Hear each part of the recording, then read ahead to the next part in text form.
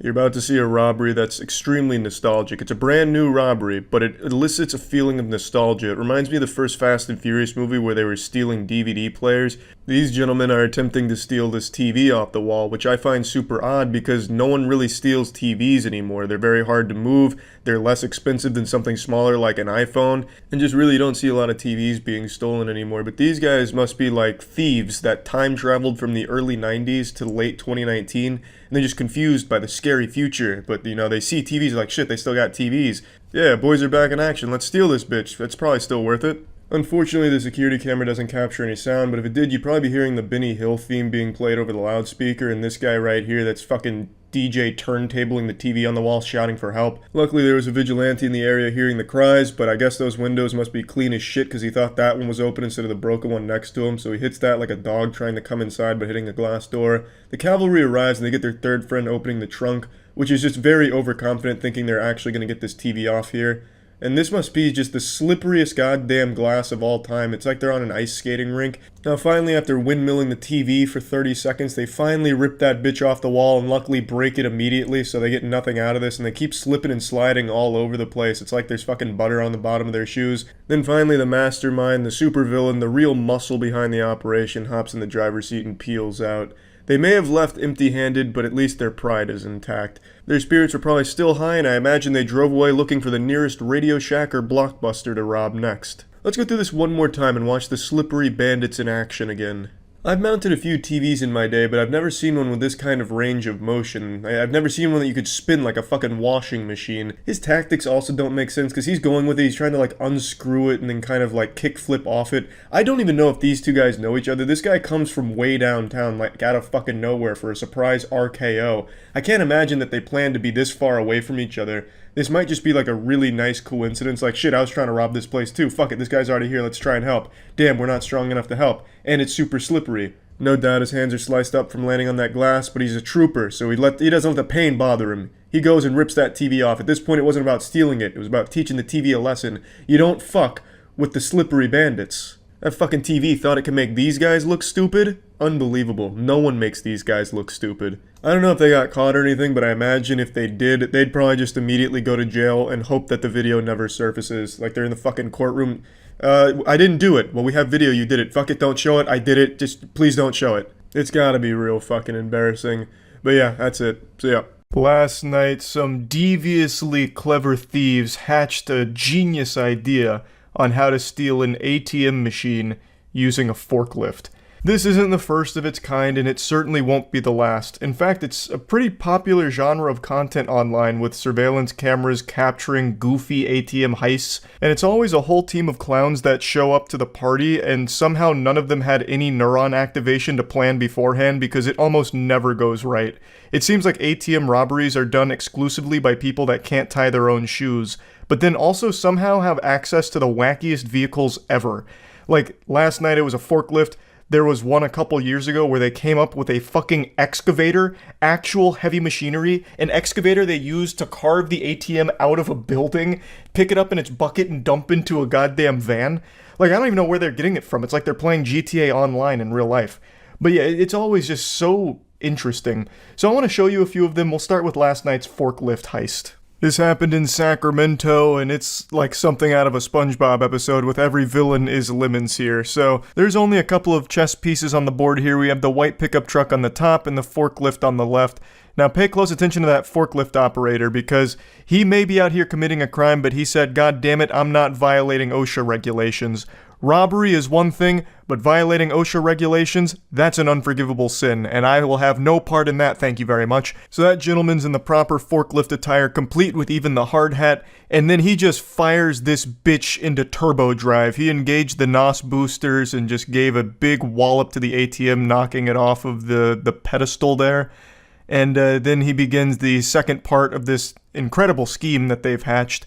The truck driver throws that ass in reverse to get in the proper position to receive the ATM, and then the forklift driver comes over here and just skewers it. He starts pumping it a little bit, hoping to get the tongs on the actual ATM unit itself and not just the outer casing. It's like an egg, and then the orange stuff is the shell, and what he wants to get to is the yolk in the middle. So, with the delicate hands of a surgeon, he gets underneath it and cradles it like a baby. So mission accomplished so far. He's got the ATM on the forklift, and now it's just the last little piece of the puzzle, and he blows it. Yeah, he blows it. A bit of a fumble there, miscalculation, could have happened to anyone. And as you can see, it's happening to the best of us. Now all of a sudden there's a spectator in the stands.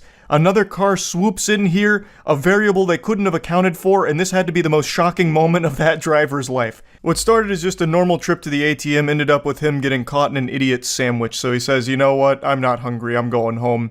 And just when you thought this game was over, sports fans, wait until the fourth quarter, because look at this comeback. A perfect exchange from forklift to truck bed. Dominic Toretto puts pedal to the metal and drives off. No need to fasten or secure the ATM in the truck bed. It's not going to fall off. They're operating off hopes and dreams. And when has that ever not been enough? According to news reports, the ATM fell off a few miles up the road and ended up causing a car accident. So I can only pray that whoever was involved in that accident is okay. Just, who could have seen that coming? Into the bed of the truck, only for it to fall off in the middle of the street, causing a traffic accident. No one could have accurately predicted that that would happen. Just truly a freak accident somehow, that ATM falling off the truck. But I don't want to just talk about just this one ATM heist, because there's so many that are just as wacky and goofy, so I want to show you a few of them. But before doing that, I want to show you something that is far more valuable than an ATM machine. It's Godslap. Issue 4 of Godslap, to be precise. It just dropped today. Issue 4 of Godslap is here. This is the standard cover, as well as always, 2 beautiful variant covers.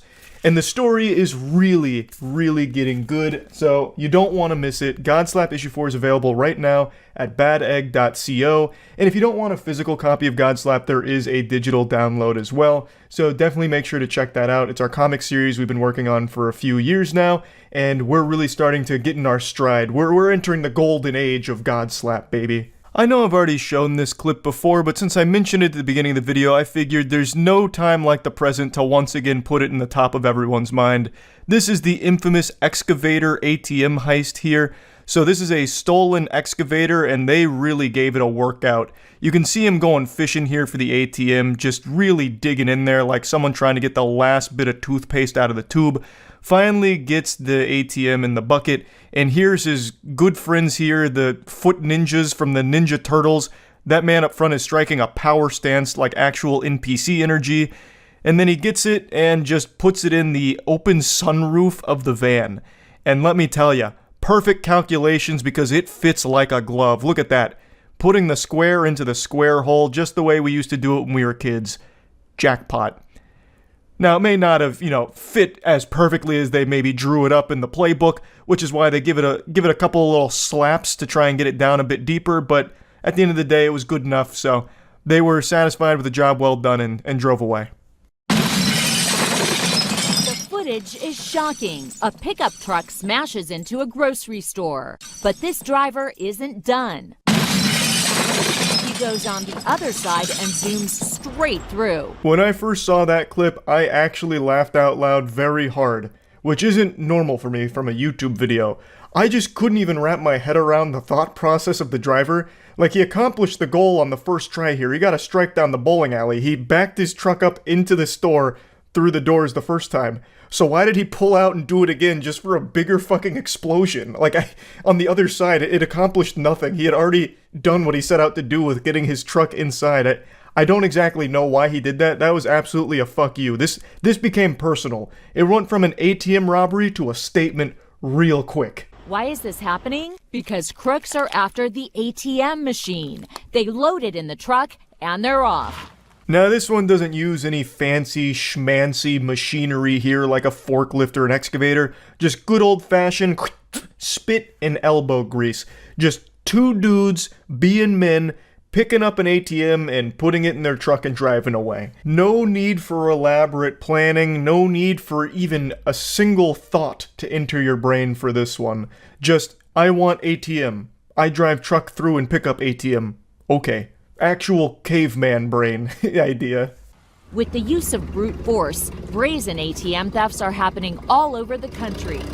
This whole video from Inside Edition is mainly a montage of wacky ATM thefts, and you can see that They brought out a timeless classic strategy here with, once again, the forklift, but this one's got a little pizzazz to it. They're hitting us with a razzle-dazzle. So they're doing like a little balancing act where they're just like, they got a fingernail on the ATM machine with the forklift tongue, and he's just like kind of balancing it on the way out and like holding it back and driving away slowly. It's like something out of the circus. It's actually very impressive. There's real talent behind the wheel of that forklift. This isn't something that anybody could just get up and do. There is a real passion for their work here.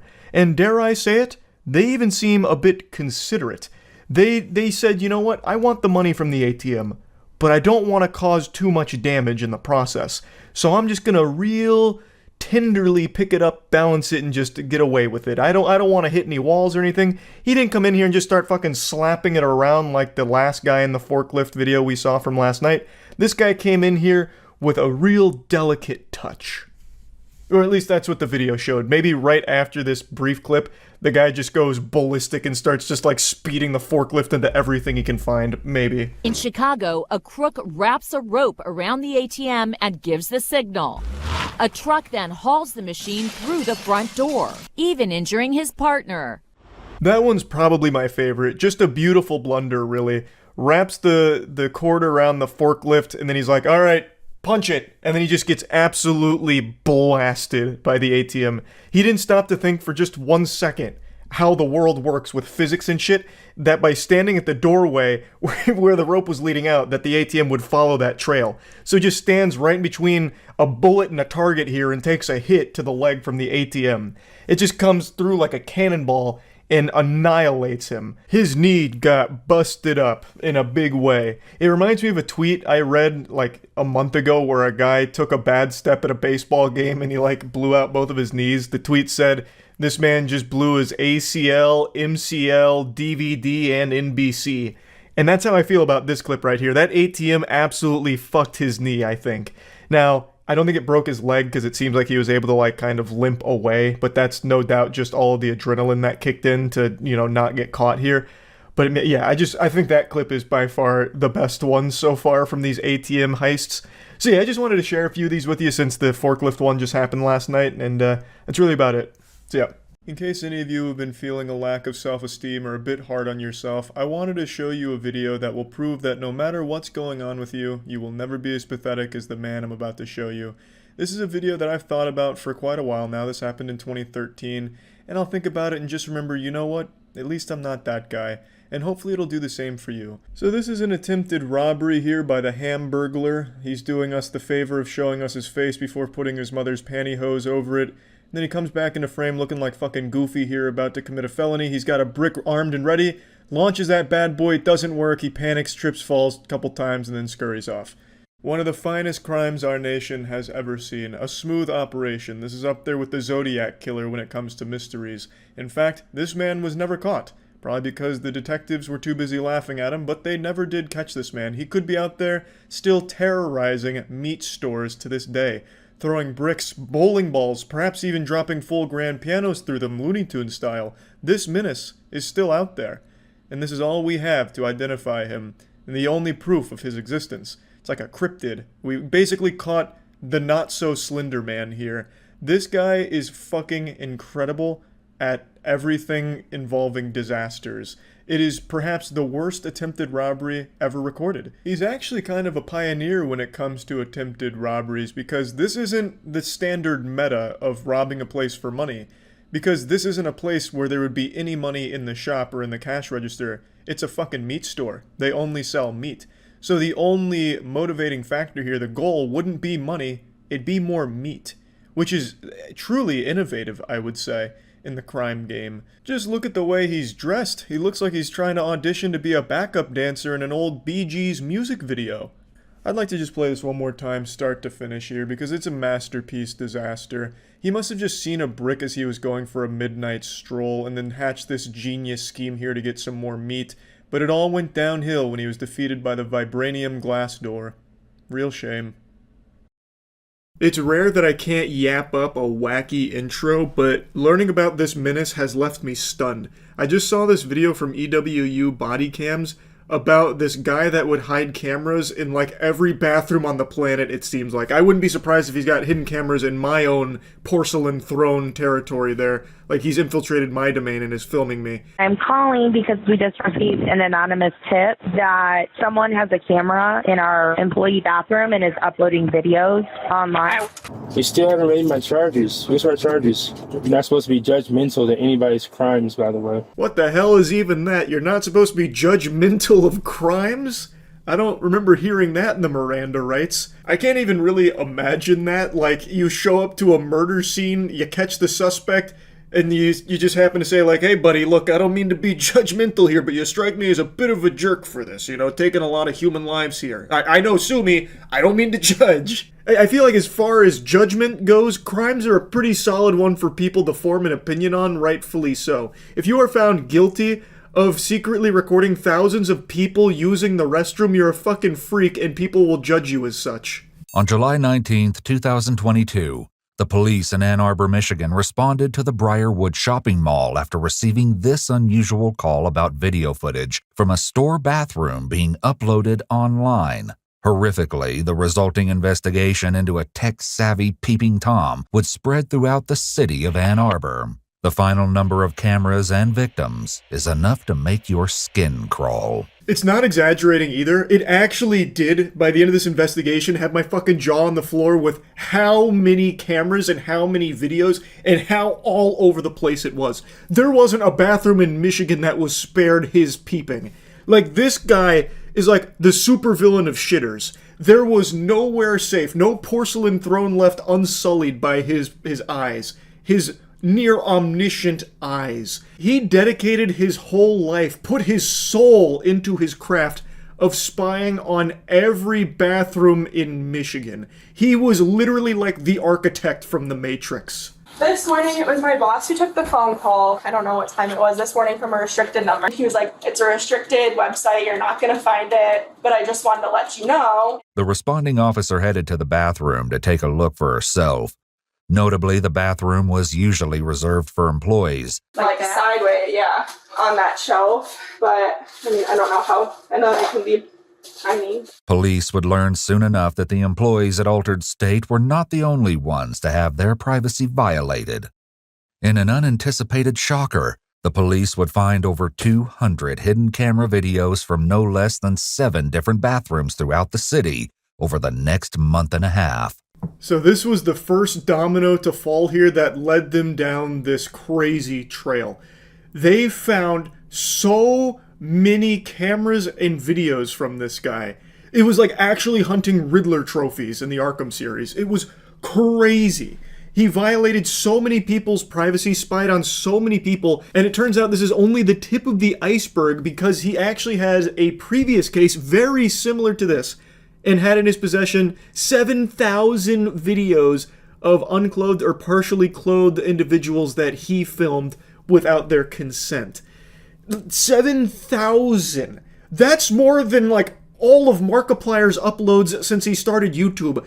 That is an unbelievable amount. And that was in the course of 5 years from 2010 to 2015. We'll get to that here in a little bit, but this guy's entire life has been dedicated to violating people's privacy. All were filmed without consent between January and July 2022. Horrifically, this included illegal images of children. The depravity didn't stop there. When searching the offender's laptop, the police found he had engaged with online adult websites, where images and personal information of unknowing victims were distributed.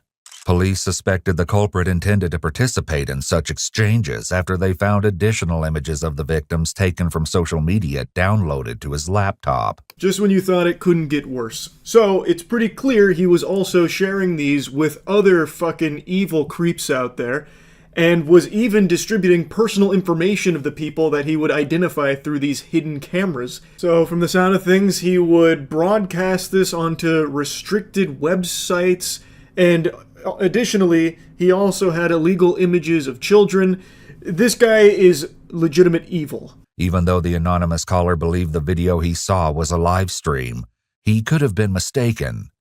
The working theory was that the culprit could have put the camera up at the start of a shift and then taken it home to upload the footage. So back to what started this whole trail of breadcrumbs that they followed was an anonymous caller tipped them off that at this altered state in this restroom, there was a live stream of people using that bathroom, of course being non-consensually filmed. And so officer went to the scene. They searched high and low for a camera, but they couldn't find it. But they did see that a lot had been adjusted and moved around. So it's not that they completely disregarded this as just some kind of phony baloney nonsense. It's one of those things where they started speculating, well, maybe it wasn't a live stream, maybe they had taken the camera home and uploaded the footage to those sites, and the caller was just mistaken thinking that it was live. Something else the anonymous caller said prevented the current lack of evidence from stonewalling the investigation. The man fitting the caller's description was 36-year-old Eric Deshaun Morton. This was not his first run-in with police. But everyone said he was going to the bathroom a lot last night, and they thought that he just was trying to not work. It seemed likely that Eric was up to something far more nefarious than just slacking. Yeah, jacking. This disgusting asshole has an entire history of doing shit like this. The anonymous caller was telling them about someone that could have been behind it, and the person they described fit this man's description. So they looked into him a bit. They were talking about how the previous night he was going to the bathroom a lot. I guess he drank way too much soda, so he just had the big-time pee-pee, a lot of urine in his bladder. But they speculated, this is probably when he was setting up the camera or tending to the camera. Especially when the manager added that he made a habit of using the ladies' restroom rather than the men's room. When he was previously asked about this, Eric made the excuse that he used the ladies' room because it was stocked with gloves, which he said he liked to wear while he worked. A bulletproof defense right there. It's watertight. Man rolled a 20 on the charisma check. That was impressive. So he had a habit of using the ladies' room, and his reason for it was, well, they have gloves there. I like gloves. Checkmate. Damn, his story checks out. This guy's good. After learning that Eric's son was present, the officers decided to uncuff him. They escorted his son outside to play and brought out some snacks to keep the child occupied while the search progressed. A pen camera containing a micro SD card was connected via USB. When going through one of the bedrooms, they found a small black bag containing more hidden cameras, some of which were like the pen camera found in the living room. Computer forensics experts discovered his stash of more than 200 secretly recorded videos of people using the bathroom. Unsurprisingly, the authorities didn't necessarily buy the excuse he used for the ladies' room being the really nice gloves that they have stocked in there, so they ended up getting a search warrant. They then arrived at his abode. He mentioned his son was there, so they brought his son outside to play while they searched the house. While searching, they found tons of hidden cameras. They even found a pin camera that was actively plugged into a computer. So you had all these Mission Impossible doodads and gadgets, all of which used for surveillance, hidden surveillance. And they confiscated some packages and a lot of this for evidence. And then eventually, the forensics experts found his stash, which was 200 videos of people using the bathroom. Which, maybe there's a perfectly valid explanation. Maybe he was just checking to make sure they weren't doing back-to-front wiping, because, that in and of itself is a sin. Maybe he was just looking out for people's well-being, ensuring proper wiping technique, Maybe there's a perfectly justifiable excuse that he was secretly recording all of these people. Authorities got an arrest warrant. They went to his other job at a hotel and arrested him there, which surprisingly was not his first run-in with the authorities. In fact, in 2015, he was arrested for very similar things. He'd previously been arrested back in 2015, coincidentally by some of the same officers. In May 2015, Eric was arrested after a woman caught him filming her through a peephole while she used a porta-potty. Further investigation revealed more of Eric's disturbing behavior. He tried to film a stranger through a porta-potty peephole. I didn't even know porta potties had peepholes. I'm assuming he custom built that himself, fucking threw a glory hole in there and used it to film people. Or maybe he built his own soundstage that looked like a porta potty so it could film people. I don't know. It's fucking crazy, though. The lunacy knows no bounds. And he would actually proudly post about shit on Twitter, too. So, like, they bring up tweets here. Like, the first one they show about him cleaning out his phone, and then he has the gall to say, "In Jesus' name." In 2022, Eric was confronted by a coworker who found a camera disguised as a phone charger in the women's restroom. It was plugged in and facing the toilet. Eric insisted it was a regular phone charger and fled with the device. Unsurprisingly, he was fired from his job. I'm assuming this footage they're showing comes from his Twitter, or maybe like he had a TikTok account where he's doing this loser shit like Naruto running while doing a 360. I have no idea.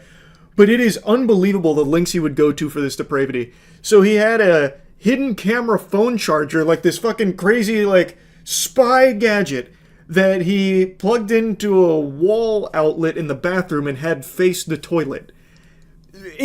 Like, you can't trust any household objects in Michigan while this guy was on the loose. I didn't realize technology reached the point where we could disguise phone chargers as hidden cameras. So good on the astute observer that happened to pick up on that and then confronted him about it, which of course he denied, and then he snatched it away and Naruto ran off into the distance. But like, it's just crazy.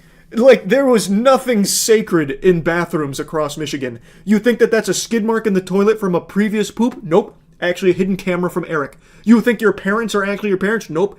Actually DARPA drones that Eric designed for the sole purpose of trying to convince you to go to the bathroom so they could spy on you for Eric's hard drive.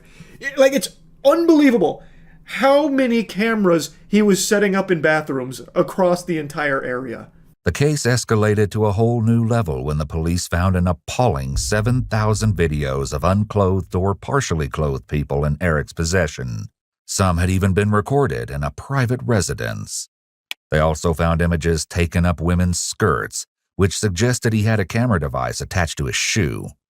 This particular unpleasant collection dated all the way back to 2010. 7,000 videos, and also turns out he was a notorious upskirt pervert creep. He put a camera on his shoes so he could take those pictures, and I'm guessing by that tweet would even post it on Twitter. Like, he would publicly post the upskirts, it seems, or at least some of them. What? Also, it turns out he was arrested in 2006, but that one had actually been scrubbed from the records. That shit was like the cloning planet from Star Wars. Like, it had just been removed from the archives because of a program to try and help young first-time offenders or something like that. Anyway, he posted his $100,000 bail. He did get picked up again later. Turns out him getting arrested didn't mean shit to him. In fact, through some of what they recovered, they were able to actually figure out the timing of a good chunk of it, and some of it he had recorded after being discharged the same day. So he just kind of viewed getting arrested as like a nuisance. It wasn't actually a deterrent or anything for him. It was just kind of like a bump in the road, like he hit a pothole. So now all of a sudden he would have less videos that day, but he still went right back to it the second he had the ability to. It's fucking nuts. And then, in the back of the police car, this is where that clip in the beginning comes from. He then tries like a bunch of like weird conversational tactics and gotchas to try and like, I don't know, strengthen his case of innocence while in the back. And that eventually leads him to stating that the officer is not supposed to be judgmental of crime. So now he starts to try and lecture the officer on morality. You're not supposed to be judgmental to anybody's crimes, by the way. I need your badge number, by the way. I didn't do anything. I don't know what you're talking about. No, when I say I do worse, when you say I do worse stuff when I was getting in the car. No, when you said you're not supposed to do that. Don't fight. And I said you're right. It's worse. Yeah, but you're not supposed to do that. Why am I not? Because you're not supposed to judge crimes. You're supposed to be. What are you talking about? All right, man. Not exactly Phoenix Wright, but a very interesting tactic to try nonetheless. You judged my crime, I'm going to need your badge number, you're not allowed to do that. And the officer's like, what the fuck are you talking about? Didn't even do that. In 2024, Eric was convicted of 13 felonies. Eric was sentenced to 8 to 20 years and will not be eligible for parole until 2030.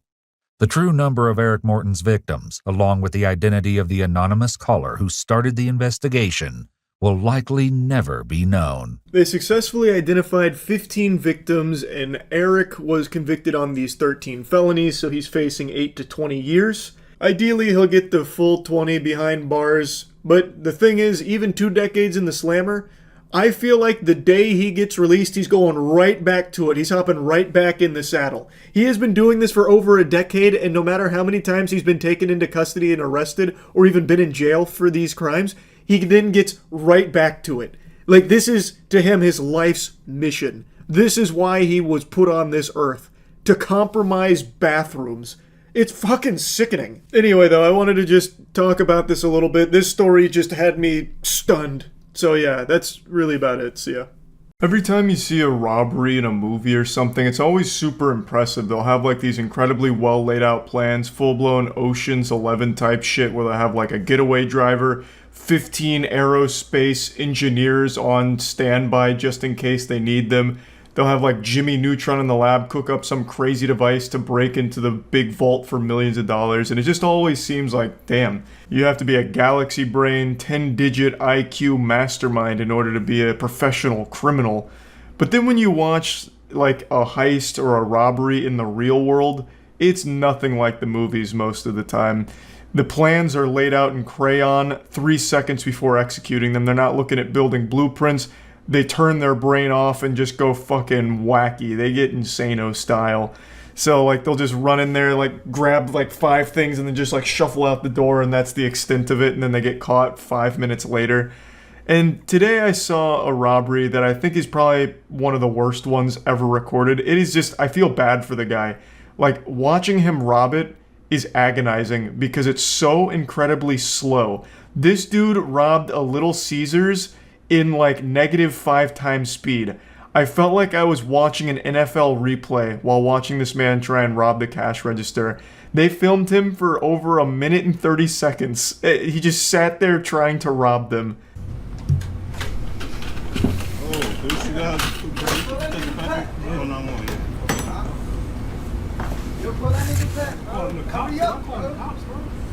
At first glance, I thought this was Pay Money Wubby robbing the place, and I thought to myself, God damn, he is really doing everything he can to get to the bottom of his turd kebab mystery.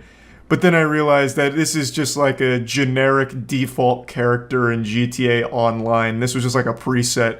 This guy's coming in here not even trying to disguise himself. Like, he didn't even bother to cover his face. He put on sunglasses, but they're too loose and they keep falling off. It's a disaster.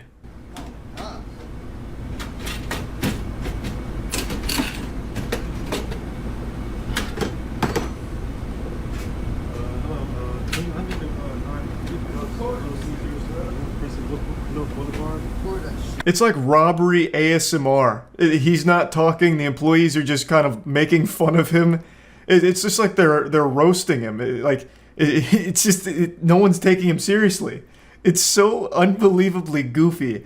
And the thought process here to rob a Little Caesars, bro, the pizzas are $5. How much money do you possibly think you can get from the cash register? He was better off just taking the whole register and trying to sell that. He would have made more money that way. He's going through this whole song and dance prying open the cash register, but he probably would have made more money just standing outside making balloon animals for people that came into the Little Caesars. He would have got more in tips than he did out of this register. It is $5 pizzas. I don't know what he was expecting. He hasn't exactly hit fucking Fort Knox here. It's Little Caesars. $5 pies. Like, I think he maybe got $20. Maybe.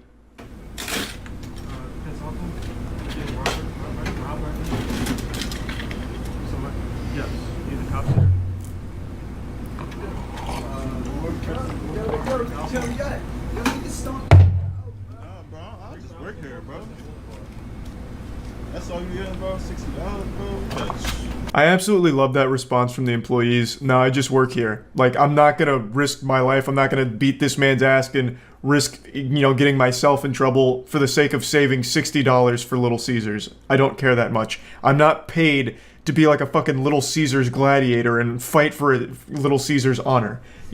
That's the right way of handling things. Just the employees like, hey, all right, you're robbing it? Okay, I'm not gonna stop you. I'll just call the police, which they do. And then they just sit here and record all of it for evidence. And this man just keeps flashing the camera with his whole goddamn face. They did the absolute perfect thing here in this situation. Take that whole shit. Let me get some. Yo, this nigga really just sitting here, bro.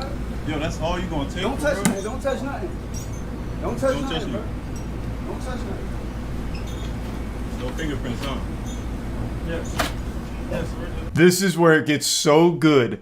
So this guy with all 3 brain cells and every neuron in that goddamn barren wasteland of a head starts firing, and he's like, oh my god, I left my fingerprints at the scene. I know what happens next. I've watched CSI Miami. So he goes back in and tries to wipe down the register, as if the fingerprints are the main concern here, even though he's flashed his whole face with no sunglasses to the camera like 8 times by now. And he's doing all of this in the slowest speed imaginable. He's entered cruise control. It's like there's so much evidence here, and the one thing he's concerned about is fingerprints. So he goes in and tries to clean the scene. Very thorough job too. But greed gets the best of him. He became gluttonous. So he goes in for more money, leaving more prints. You might as well take the whole register. We're next to. We're next to. I definitely. Yeah, so he grabbed an extra like $3 there and then tried to wipe down those extra prints, but kept missing the areas that his greasy paws were touching, and then just skedaddles in the slowest getaway of all time, just barely walking. He would have been faster if he crawled away. Like, Jesus Christ. All in all, I can't imagine he got more than 20 bucks. The guy in the video said 60, but I don't believe that. There's no way he pulled $60 out of that fucking register. All in all, he spent like a minute and a half emptying a register, struggling the entire way, looking super stupid just to walk away with less money than the register costs for repairs, and risking jail time. If he had spent this long just collecting quarters from a wishing well, he would have made more money. That's all you gonna take? No, bro, you don't work here, bro. Don't get into nothing, bro. They ain't Don't worth touch it. nothing. They Don't ain't not, worth it. yo, the store is shut down. The store is shut down, bro. Yo. I've never seen a robbery where at the end of it, everyone's laughing at the robber. Like, what? How shameful. How truly awful. The most miserable and slowest robbery ever recorded here. It's like a PSA. You know those like over-the-top PSAs where it's like, you don't want to smoke a cigarette because you'll explode. And they just have like these crazy exaggerated cigarette smoking things. That's what happened here with this robbery. This is how, watch out kids, you don't want to rob. Look at how hard it is. And he's like fucking struggling with it for 2 minutes. Oh my god. There's no follow-up. I don't know if he got arrested. There probably won't be a follow-up since it's like a petty crime, but I'm sure he didn't get away for long. He was probably arrested in the parking lot because he probably just sat there. I don't even think he even bothered to like get away. But you could also see that the customer that had come in while the guy was still robbing them was really contemplating if it was worth beating this guy's ass. He could have easily snapped him in half, I think, and then he even like, you know, wandered out the door a bit to contemplate further, but the employees are like, bro, it's really not worth it. And it wasn't, you know, he didn't need to beat his ass. This was far more embarrassing than any ass beating could have been. So hopefully that customer also did get like some pizza or something, and they all just laughed about it. What a remarkably embarrassing robbery, and I just wanted to share this today because it put a smile on my face. So yeah, that's about it. So yeah. Well, yes, I actually did just finish playing pickup basketball on this sacred Thursday night. Thank you for asking.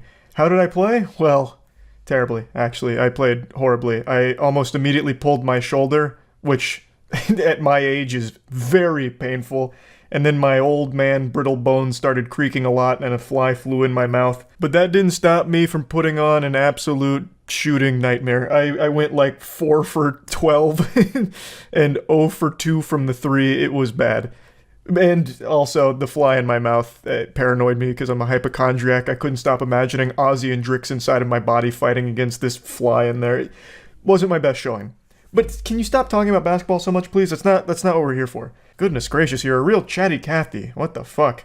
What we're here to discuss is a really weird criminal I learned about on stream last night, and I've been thinking about him ever since. There's a case going around about a criminal in Essex who has done nothing but steal pacifiers from literal babies. Wait, what?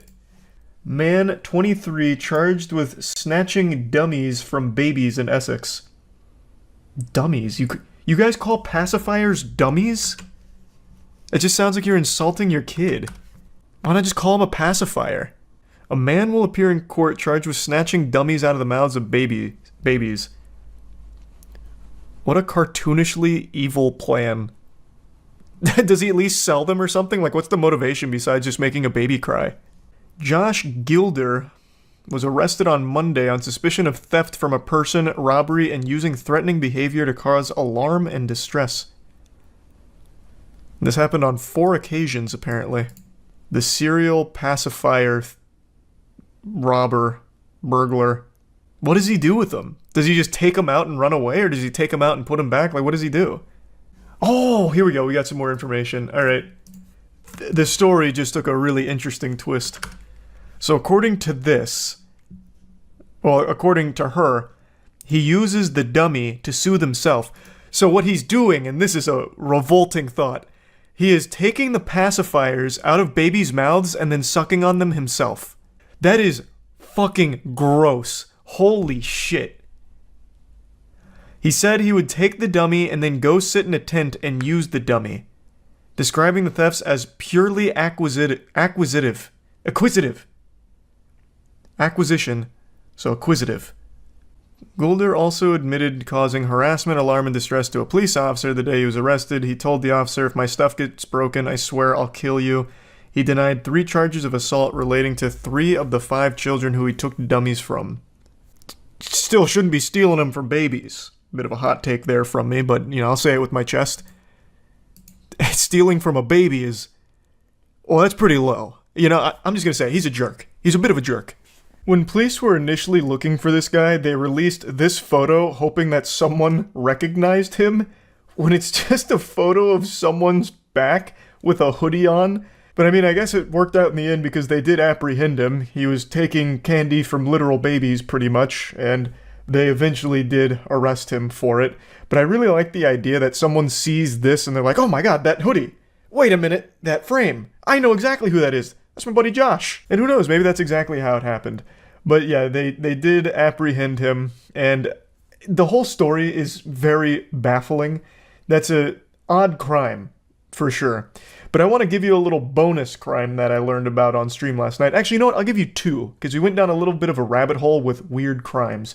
So this next one is about a serial mannequin pisser who's still on the loose, so beware of any mannequins. They might be marked with urine somewhere out there.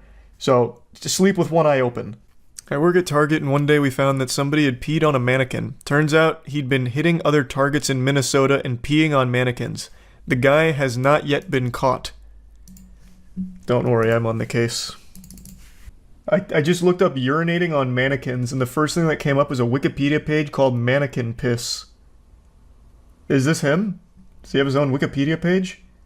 And here's a urinating mannequin, which is an art piece. I think I found the culprit for your phantom pisser that keeps coming in and urinating on the mannequins. I think it's this guy. Got him. And this next criminal is not some unknown menace. This is actually a very well-known criminal. Burger King. And the crime, horrible food.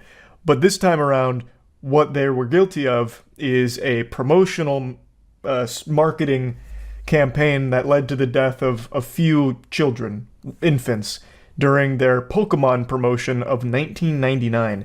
I don't know how many of you knew this, but I was completely unaware that this ever happened, so I learned about it on stream last night, and I thought this was a really weird thing that happened back then that I haven't really heard too many people talk about. Have you heard about the Pokemon ball toy that killed a bunch of kids? What? Reflecting on the Burger King Pokemon disaster of 1999. What? I've never heard of this. Some of the most iconic toys of the 90s showed up on greasy trays across the country, but perhaps the biggest frenzy arrived with a series of Pokemon collectibles from Burger King at the turn of the millennium. Pokemania hit a fever pitch in 1999, and the frenzy had a body count. Time magazine helped introduce the Japanese imported phenomenon known as Pokemon to the mainstream. Okay. At the very center of their page, a space normally occupied by heads of state, religious leaders, and business magnates, Polyworld leaped out at the reader. I actually vaguely remember this cover. While parents, journalists, and psychologists were mulling the attitudinal impacts of the fad, a far more banal polka danger was emerging. On December 11th, 1999, 13-month-old Kira suffocated to death in Northern California. A Pokemon toy from Burger King Kids Meal was believed to be the cause. The company had begun a massive Pokemon promotion in connection with the Pokemon the First movie, which debuted on November 10th. The 56-day promotion, one of the largest in history, was intended to run from early November to end of December. The Kids Meal prize during that 2-month period was one of 57 different Pokemon toys. Making the promotion all the more exciting was the fact that the toys were encapsulated within the immediately familiar red and white orb of a Pokeball. Burger King had plans to distribute over 25 million toys in this clever format for free with any Kids Meal purchased. Enjoy. She's even in body armor. They knew this was dangerous. That's a huge promo. Did they have all 151? How? Damn, Burger King used to go hard. As far as Kira's death was concerned, the toy itself, as it turned out, wasn't the problem. She died after one half of the plastic Pokeball, measuring just under 3 inches in diameter, became attached to her face. She had somehow gotten it stuck over her nose and mouth, forming an airtight seal. Holy shit. Her mother took a shower for about 20 minutes, and when she emerged, her daughter was dead. Spokesperson for Equity Marketing, the toy maker that had partnered with Burger King, would later state that the toy meets or exceeds all federal safety guidelines, and Charles Nicholas, a spokesperson for Burger King, argued it was not concluded that the ball was the cause. I mean, it seems like a completely freak incident, but I mean, the ball was literally the cause. But it's not the design's fault, I don't think, right? Like that's truly a freak thing. From the sound of it. 10 days later, on December 23rd, it happened again. An 18-month-old girl in Kansas almost suffocated. By the time her father pried the half of a Pokeball from her face, the girl's lips had turned blue. When we found out about the first death, there was a realization that this could be a huge national concern. This was the worst-case scenario. A major fast food chain, not just a toy store, distributing these toys by the millions. How is it happening, though? It doesn't look like that'd be a really easy situation to find yourself in. And also, who's letting 13-month-old and 18-month-old babies eat Burger King alone? Also, what do they eat from Burger King? Aren't you still basically on mush? Maybe not at 18 months, but 13 months? When do you stop having, like, mush? When's the cutoff period? Why is every major fast food controversy about Burger King? Because Burger King it's actually a scourge. Burger King needs to just be shut down. They make the worst fucking food imaginable. Burger King have come around now, but we did have to push them. Oh, they have a recall commercial. It was such a different time back then. They had to make another advertisement in order to advertise the recall. Nowadays, they'll just make a tweet, be like, hey, we're sorry we killed some kids. Like, what more is there to say? We're sorry. Like every game dev that comes out right now when they release a pile of shit. January 25th, 2000, a month after the recall began, 4-month-old Zachary Jones was found dead in his crib in Indianapolis, Indiana. He too had been suffocated by a Pokeball. It's hard to believe that you go to get the kids something to eat, you bring home a lethal toy. How is a 4-month-old eating Burger King? And unmonitored by their parents. Now, of course, there clearly is something wrong with the design here, I think. Maybe the pictures aren't doing it justice for what the Pokeball actually looks like. But what the fuck? This is a 4-month-old with Burger King? And no supervision? Holy shit, that's a recipe for disaster, even if it wasn't Burger King lethal Pokeballs. Are they just clipping it around their nose like a pin? So from the way it describes it, it seems like what was happening is the baby would be playing with the Pokeball and the half would get caught on its face, like a fighter pilot, basically, with their mask. And it created an airtight seal that suffocated them. Have you seen this bird bandit? Please search for man with parrots in McDonald's robbery. This actually looks like some kind of marketing campaign for McDonald's back when they had the Hamburglar. Is this real? Is this not a marketing stunt? Searching for this man they have dubbed the Bird Bandit. He actually looks like a One Piece character. Well, what? This character design is exquisite. And that's a real parrot? Check him out with his friends there on his shoulder. Investigators are accusing the man of robbing someone with a knife. Yep, police say the Well, same that's man not was very later nice. spotted in another store What a jerk. carrying the 3 birds that you see right there. News Wait, 4. 3 birds? I wish you would stop graying it out when I pause it. Hold on, let me find the picture of him. It's a little blurry to tell. He got 3 birds on him? It's like that guy from John Wick. Man, and that is a mean goatee. It's coming to like a dagger's point. Also, I like this right here. Anyone with any information is asked to contact police. I think if you've ever seen this guy in your life, you probably remember him. This is like the lowest level attempt of concealing your identity ever. He's wearing the most identifiable shirt and then 3 fucking live birds on him while wearing... I don't even... What kind of hat is that? It's like some kind of old swashbuckler's hat. Accused of robbing a McDonald's on Arlington Boulevard in the Seven Corners area Tuesday around 8 a.m. Police say he pulled a knife and demanded money at the counter. Police Oh, he's say even got a pair of sunglasses on. Never mind, he actually did try with the disguise. I've got to say, I'm a little disappointed in the pants. He's got a great shirt, but lame-ass pants and flip-flops. His stylist just gave up halfway through the fit.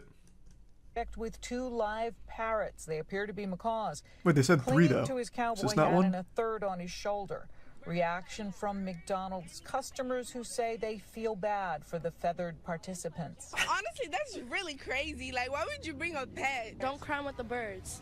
Police True. describe the suspect as Agree. being I in his agree with late her. 20s or early 30s. Well, let's not. Okay. Also, let's not get rid of the theory that the birds aren't the ones controlling him, pulling the strings. Like he could be a victim in this as well. Something like that before.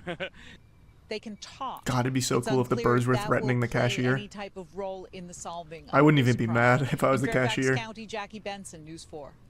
Imagine the birds roll up and they just start like saying some vile shit. Did you hear about the guy that got arrested in Nebraska because he got with a bull in his car? Yeah, it's this video, right? He got arrested? Even my mom sent me this video. She thought it was the coolest thing ever. I didn't know he got arrested, though. I only saw like a little clip of it. Around 10 a.m., the Norfolk Police Division responded to What's he a call arrested of for? man Having a good driving time? Being a good eastbound Uber? on 275 with a Watusi bull in his passenger seat. The officers received a call. I think that's fine. Oh wow, the cow shit all over this. They thought that it was going to be. They thought that it was going to Wow. be a cow in. I can't say I ever saw the back of the car. This thing's got a lot of features. The license plate is boy and dog, a custom license plate for that, and then a decal that says lice, and it's covered in bullshit. Wow. I mean, I have no doubt the bull was scared, but goodness. Huh. I really want to know what this says. Looks like it says concussion beef. What an interesting guy. Yeah, I only saw like a small clip of this. I thought it was just like a cool way of transporting this cow. I thought he was like a VIP or something. They thought that it was going to be, like a calf, something smaller, something that actually fit. What is that it said on the side? Best Smaller car? calf, something smaller. Best car citizen, Something I that think. actually fit inside the vehicle. And the vehicle was big enough. Well, technically. As a result, the officer performed a traffic stop and addressed He looks some like a nice enough traffic guy. violations that were occurring with that particular Oh, best car entry. situation. Animal back home and to leave the city. Meyer and Howdy Doody are on their Literally way back told him to home get out and of no one town. was hurt. From Norfolk News Channel, Nebraska, Andrew Pfeiffer. I mean, that seems like a cool battle vehicle as well. Like, should Mad Max ever happen, I think training this bull to get ready to impale other riders and shit is probably a good call. He seems like a cool guy. What was his name? Lee Meyer. Watched the video about how Kim Jong-un used YouTube prank videos as a way to kill his brother. Kill him with what? Cringe? What? There's no way that's real. I knew his brother died. I didn't know it was a fucking YouTube prank. The prank show that led to an assassination. How North Korea assassinated Kim Jong-un's brother. Let me see. There's no way this was from a prank. In 2017, 2 unsuspecting women carried out a political assassination of Kim Jong-nam, the elder half-brother of North Korean dictator Kim Jong-un, thinking they were participating in a prank TV show. Holy shit, wait, what? In 2016-2017, 2 young women were separately approached by men to perform a series of prank videos for YouTube. One was from Indonesia, the other Vietnam. They were paid a small amount of money to run up to strangers and smear lotion on their faces, then apologize and run away. Wait, where's the assassination? Kim Jong-nam was in Kuala Lumpur airport when 2 women smeared his face with a powerful VX nerve agent. The CCTV footage of the incident shows him at the airport's information desk seeking medical help. He claims he felt dizzy after 2 women grabbed his face. He died within 20 minutes of the incident. She revealed she was recruited by a man named James, claiming to be a TV producer. For months, the 2 women were groomed to smear random people with lotion and creams.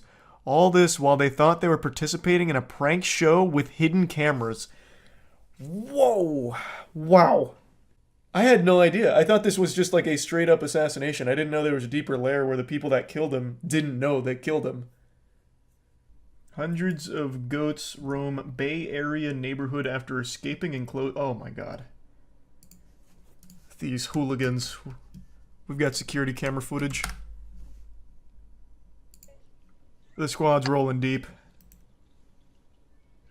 Lock your doors. Don't come out.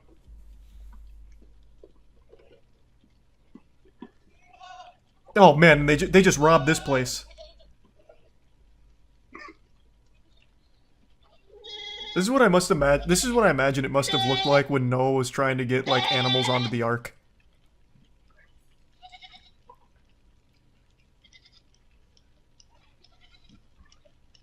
Man, that just doesn't stop. Who had all of these goats? Where are they escaping from? Pepperidge Farms?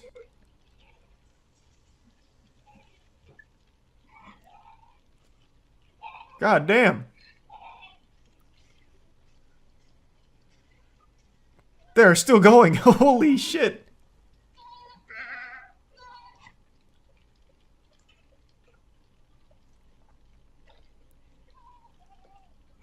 Hey, welcome to freedom. Enjoy the American dream, my friends. Godspeed. Damn, still going, huh? A herder and their dog came to the rescue and corralled the animals back into their pen. No shot. There's like 1,000 goats here. How the fuck would he have gathered all of them? There's no way he got all of the goats back.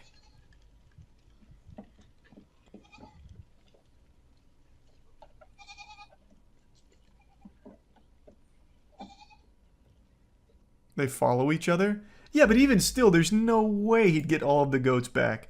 Like, some of these goats came from, like, all over the place. Like, in driveways and probably going into backyards. No way. There's definitely still some rogue goats on the loose out there. A very good herder dog, that's how.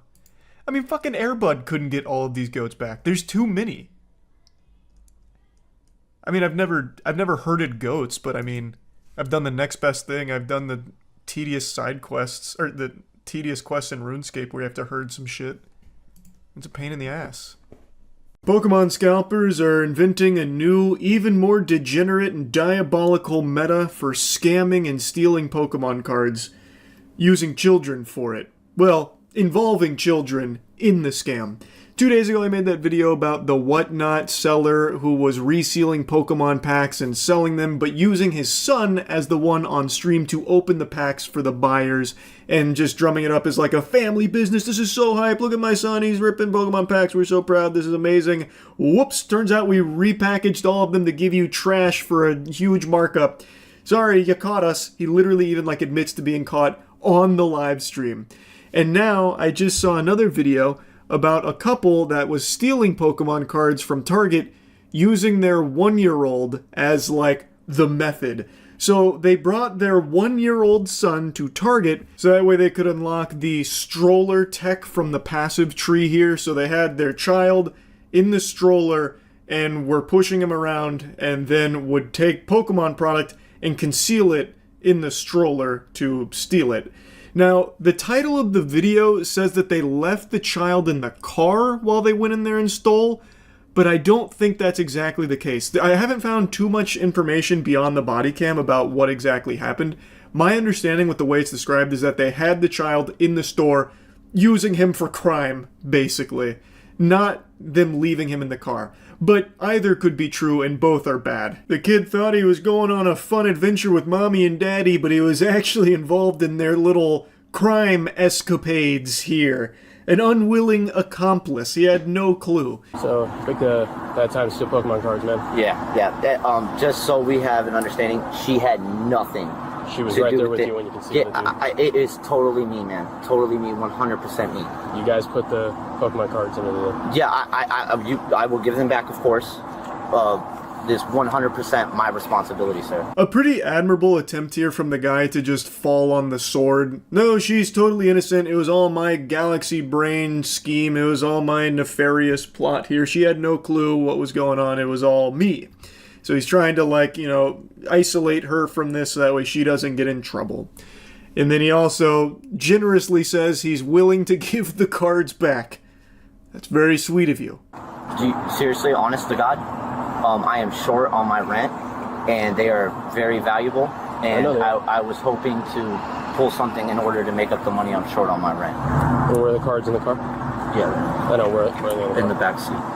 And by the way, you can't say she had nothing to do with it when that's all you guys came in here for. And you concealed it right next to her. Just so you're aware of that. His hero plan, unfortunately, falls a bit short because they have surveillance camera footage and they can clearly see she was directly involved in this plan and acted to help conceal it and work to get the Pokemon cards out of there. So it kind of ultimately ended up looking like that scene from Kong Skull Island where that guy pops 2 grenades to sacrifice himself to kill the monster, but the monster just hits him with the tail and he gets flown into a fucking wall and blows up. It didn't work, is the point. Say, I don't know if it would make a difference. Is there any way we could pay for it? This isn't an apology type of thing. You've already done it. You know what I mean? There's no way to just suddenly, hey, we're going to pay for everything because we got caught by the police. Yes, sir. Yeah, you also stole stuff with the baby. Yeah, but... that doesn't matter. I have the money for it. I can pay but it. As I just told him, that's not how this works. You don't get to suddenly want to pay for things after you get caught by the police. Fourth quarter, back up against the wall, throwing out the Hail Mary. They try to, pay for it after the fact. That didn't fly either. So they are both facing not just like the small-time theft. The officers also threw out the possibility of pursuing child endangerment against them because they involved their child in this crime, which they argue puts them in a path of danger. Should Gary Oak roll up and start airing the place out, trying to stop him from stealing the Pokemon cards, the kid is now in harm's way. Basically, they brought the kid for the sole purpose of executing this crime. Now again, the title says that the child was left in the car, but all of the information in the video seems to indicate that the kid was present.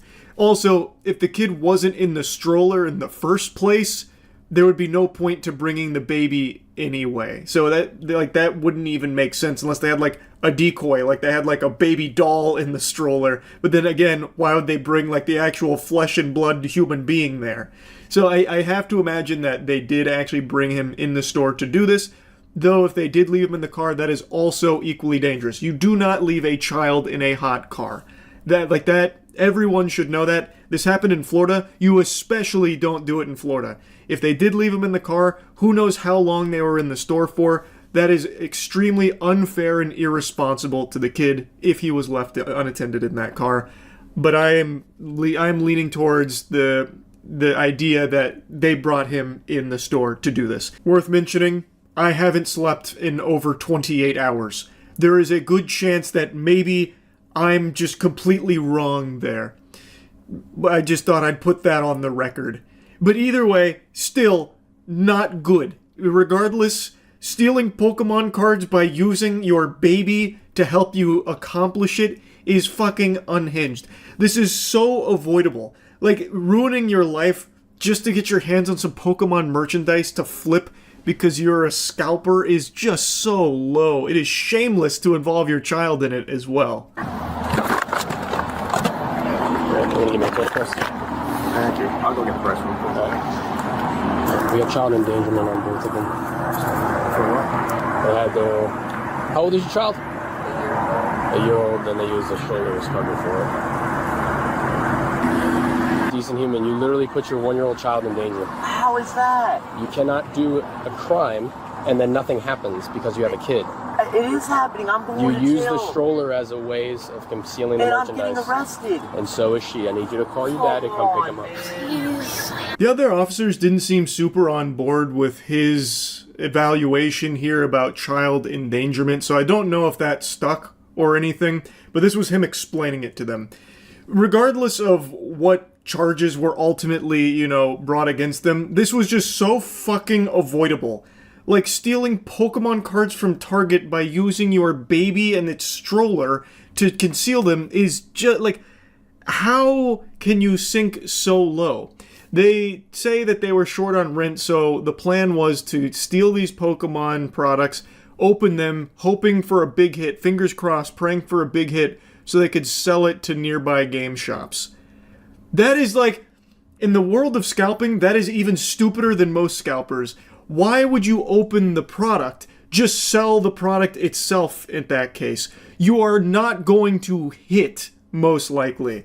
You are not going to make more money buying the product, opening it, praying for like the big hit that'll grade it like a fucking PSA 10. Like, it's not like that is a pipe dream. Are you guys going to other stores and doing this? No, sir. So how do you guys have so many Pokemon cards? No, I've been collecting for years. That's what I'm saying, but these are all new cards, man. They're all like fresh out of the pack. Yeah, the ones that I have? The ones that are in there, yeah. Yeah, those are, if you see the sleeves in there, they're all sleeved up, well taken care of, fresh out of my binder. We were taking them to the game store, Prodigy. Okay, cool. Alright, be right back. He apparently had a lot of Pokemon cards that he claims he had been collecting for years. The officer notes that they seem pretty fresh and new, so it's probably not like years old cards or anything. It seems like it is some pretty brand spanking new puppies in there that he is saying that he was going to go sell to not GameStops, the game stores. Well, maybe GameStops. I'm pretty sure they take Pokemon cards. They fucking grade them there now. They have like a wizard on standby who's just like, yeah, it's probably like a 9 or a 10 maybe. I have no idea how it works. Not important regardless. His plan was to take these hits, sell them, and then pay rent, is what he said the goal was. Of course, no way of knowing if that's true or if he is just someone who is a scalper who turns around and sells it because it's hot right now and people make money doing it. I have no idea if the story about the rent is true or not. They then searched his car and found some other stuff, like a marijuana cigarette or something, and he got in trouble for that as well. Big mess, all of which entirely avoidable if he didn't try and steal Pokemon cards from Target using a baby and his stroller to try and smuggle the Pokemon sacred cards out of the store with. Just super crazy, the state of Pokemon cards right now. It's unbelievable.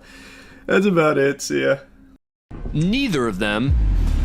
Oh, Steve from Blue's Clues is out. Judge Buzzard springs into action. And it's on. Like the judge is going after them on foot The himself. two escapees are in handcuffs and prison-issue sandals.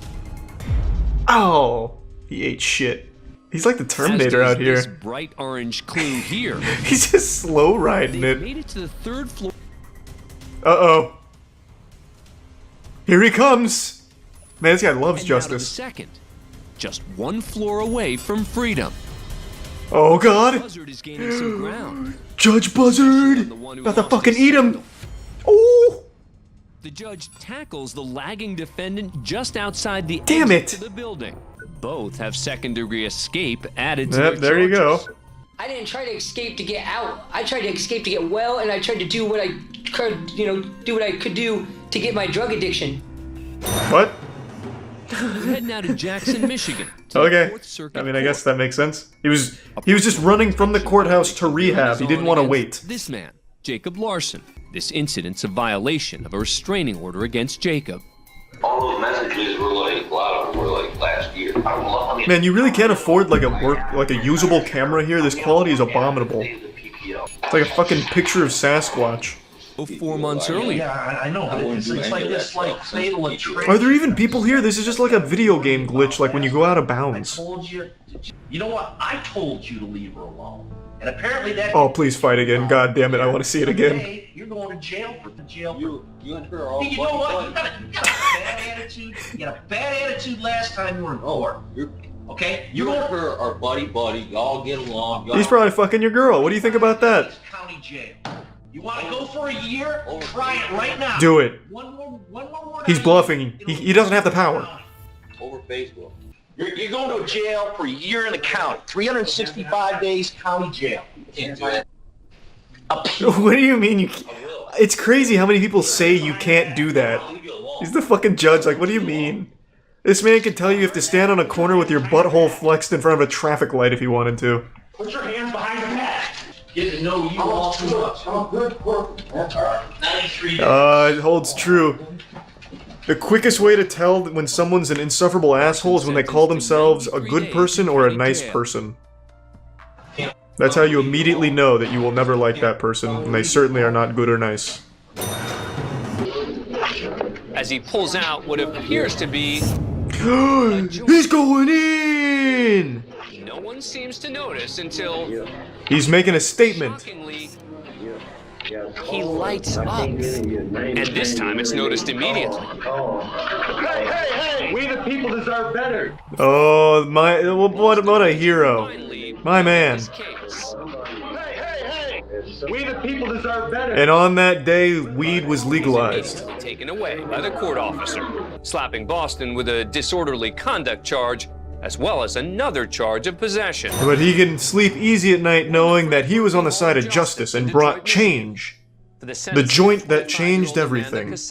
There's a lot of things that you can do, and your life doesn't have to be over. That is a useless law, but that was such a fucking dumb idea. Like, what did he expect? My god, he's so brave. That's it, I'm changing the law right now.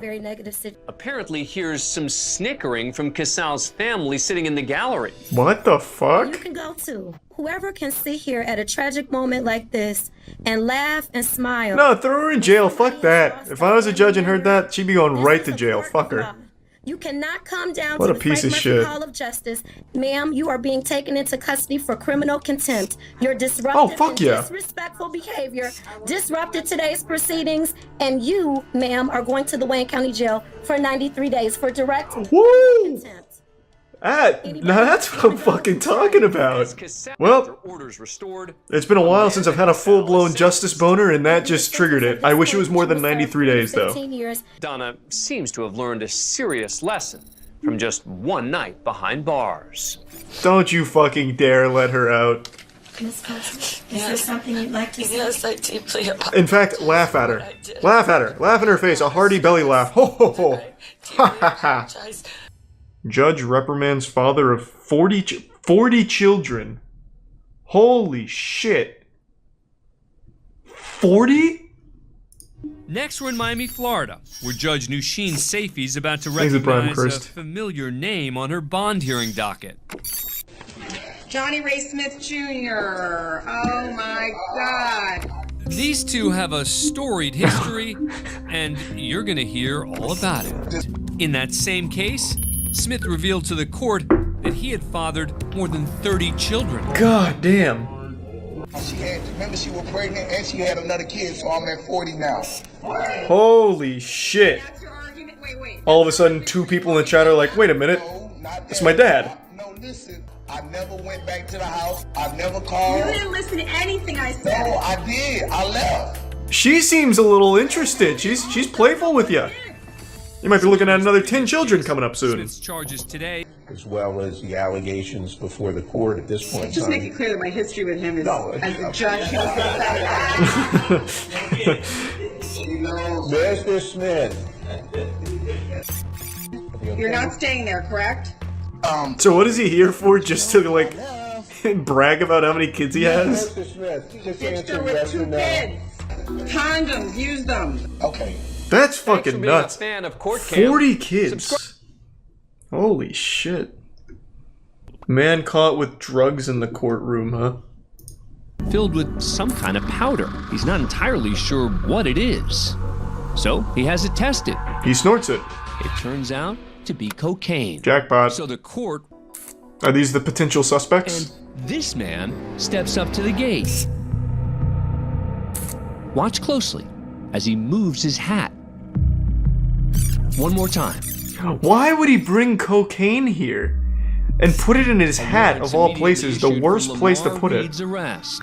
Thanks for being a fan of Court Cam. What a fucking horrible idea. That's like the one place and one hiding spot you would never want to use. Man gets 100 days for sassing the judge. Good. Let's see the sass. So I'm gonna raise the bond. I hope he earned it. I actually have a car that I'm trying to sell on Craigslist. Stop talking. I'm gonna give you a public defender. Michael Ray. Hey, he was just trying to sell his car. Next up is Michael Ray. He committed a crime just to plug his car. 4 charges. Your Honor, the county's requesting $25,000 full cash. Hey, thanks for the 5 gift subs. Everyone loves Ray. Thank you, Ray. You think that's funny? I think it's hilarious. Sarcasm won't get him a reduction, and the judge lets him know it. I was lucky I didn't hold him in contempt. Ray just had his bond doubled. Nice, let's triple it. But as he re-enters the hallway, and then he can negotiate it down. Bring him in. This guy's watched way too many anime moments here. He thinks he's like really badass. Ray's language isn't the only thing to upset the judge. According to court officials, the defendant also gave her the middle finger. When, sure enough, Ray comes back for more. Here he comes. Sir, I'm holding you in contempt for what you did. What you're holding me in? And so... You shut man. All right, you can take it back.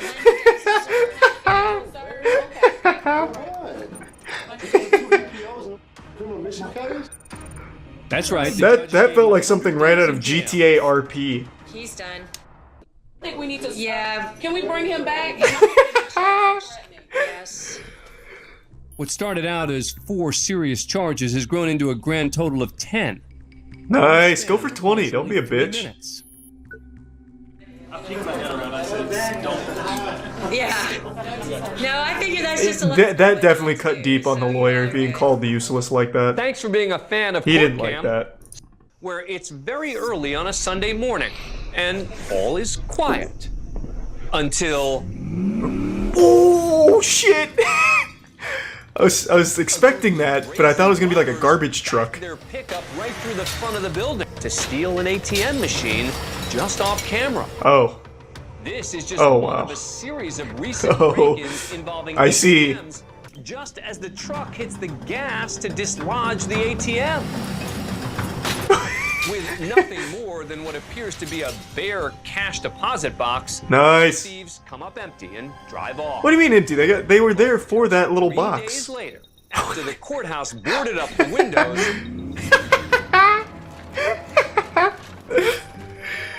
This is some fucking straight up Tom and Jerry shit. Finish the job.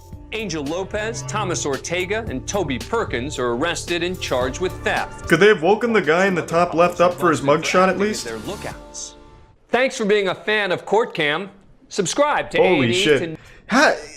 So they actually did get money out of them? Isn't it extraordinarily difficult to actually break into one of those? Like, here, let me see. What would I type in to find that? Maybe this would work? Well, yeah, now it just looks like I'm planning a crime here.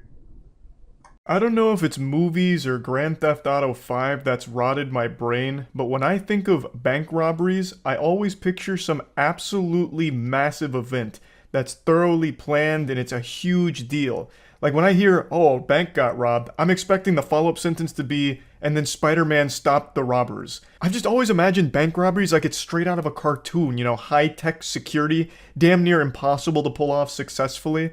You know, you see like an Ocean's 11 movie, you're like, wow, no one's ever going to be able to actually rob a bank like this, huh? They've just always made it sound so fucking wild, saying things like, Alright, we're gonna need a 20-person team in order to pull this one off successfully, boys. The target is a 15-inch thick steel titanium concrete vault door that's protected by a retina scanner and biological deposit box for fingernail clippings, and it'll only accept it from the head honcho of the bank. You also have to sing the fast part to Eminem's Rap God, and if you fuck up a single lyric, the alarm sounds and the FBI swarming within 30 seconds. It's also protected by a moat with 45 crocodiles inside and 24/7 security, and they're all ex-Navy SEALs. We're gonna have to be in and out within 5 seconds. The job is simple. You know, like, in my tiny reptile brain hears all this and I'm like, wow. Well, no one's ever going to be able to actually rob a bank, huh? For some reason, I've just been under the assumption that banks in the real world have similar security protocol. Obviously, not with like all the sci-fi security protocols like infrared laser beams everywhere that you have to dodge. I've just been under the assumption that they're highly protected and robbing them is still extremely difficult. But in reality, that's just not the case. Bank robberies happen all the time and they are nothing like they are in the movies. I want to show you a recent bank robbery that happened in Orlando. This is about a week old. You have to see this to believe it. Yeah, that's right. Your eyes aren't playing tricks on you. The alleged bank robber is Mr. Incredible himself. This dude threw on the Incredibles t-shirt, popped on the shades, and said, "It's showtime." And this was a successful robbery, by the way. I'll explain his method in just a moment, but here's the security camera footage showcasing the culprit. And he got away with it for now. He wasn't caught. He's still at large. So if you do recognize that man, make sure to call that Crime Stoppers hotline. Now you're probably scratching your head wondering to yourself, where was the robbery? Charles, you forgot to show the climax. You didn't show where he actually robbed them. But you're wrong. You just witnessed the robbery. That was the entire operation. The extent of his plan was to go into the bank and ask for the money. So he demanded money from the teller and they gave it to him and he walked out. That's how that bank robbery went. He didn't flash any weapons. I haven't read any reports about him making threatening remarks or anything like that. They just explained that he demanded money from the teller, which he received, and then fled the scene. Now, the use of the word demanding in the reports leaves a lot of wiggle room for what could have been said or done from the guy to get the money. You know, maybe he went in there and was threatening the employees or seemed to just be like this menace. Maybe he treated it like a Call of Duty Xbox Live lobby and got real loud, vocal, screaming this and that. And I have always said it's never worth risking your life for the business you work at, you know? If someone comes in there and they're saying, you know, empty the register, you're gonna get it, bub, it's best just to comply. What's the point in risking life and limb for the business you work at? It's simply not worth it. Plus, insurance covers all of it for the business anyway. So it's just, you really shouldn't be, like, willing to die for your job, I would say. So I have no ill will towards the teller here who did give this guy the money. I just find it super interesting that this is the technique that was used for a successful bank robbery. Just going up and asking for the money. It doesn't seem like he did anything beyond that. His plan was as simple as it gets. Can I have some more of that cash? In fact, I'm not asking. Give me more of that cash. And they did. So I decided to look into it a bit. And it turns out all bank tellers are instructed to always follow the thief's instructions no matter the case, whether a weapon is produced or not. If there is a thief there demanding money, it is the bank teller's responsibility to follow it. They're instructed to follow along no matter what because their safety is of paramount importance. So that caught me by surprise because I wasn't sure. I knew bank tellers always had to go along with like someone who shows a weapon or something. Like they're not going to try and, you know, make a holdout and challenge them to a fist fight in order to disarm them or anything. I just thought like they had to produce like a weapon or some kind of threat or like reasonable showcase that they're going to cause a problem. I didn't realize that if they even just hinted at wanting to rob them, that they had to follow along. So that was a little surprising to me, but it makes complete sense and I completely agree with that ruling as well. However, I still think this guy's planning is lackluster, to say the least. He didn't even make an attempt to conceal his face. The closest thing he has to a disguise is just some sunglasses he picked up at the gas station, probably on the way to the bank. Now, I don't want to undersell the importance of his wardrobe pick for the day. I think the Incredibles shirt really sealed the deal. There's a good chance this crashes and burns if he's wearing just like a normal Abercrombie & Fitch shirt or something, but he threw on the Incredibles shirt. That right there adds like a +10 to intimidation. They didn't know who they were fucking with, and they weren't taking any chances. So he got away with it for now. He's managed to elude authorities, as I understand it. So overall, just like a really goofy, wild story that I happened to stumble across today and just wanted to share with all of you. This is not at all how I imagined bank robberies going in the real world. I very rarely have ever read about any in the real world, aside from like the big ones where there's getaway cars, like massive police chases, shootouts. You know, I haven't heard of any like this, so I just found it to be pretty interesting. That's about it. So yeah. I recently watched a video from a channel called Crime0, which put together this beautiful piece on one of the most interesting criminals I've ever heard of. It just seems like something more out of a cartoon than reality, like the real world Dirty Dan here. I'll quickly hit you with a 30-second Shark Tank pitch to get you interested and tell you why you should care. Basically, an army veteran uses his skills to target McDonald's locations for robbery, and his specialty was busting in through the rooftop. So he would bring tools, cut through the roof, and drop in like an angel on the employees. And he had the manners of an angel too. He'd let them get their coats. They all said that he was really nice, and asked them to just wait in like the ice locker, the freezer.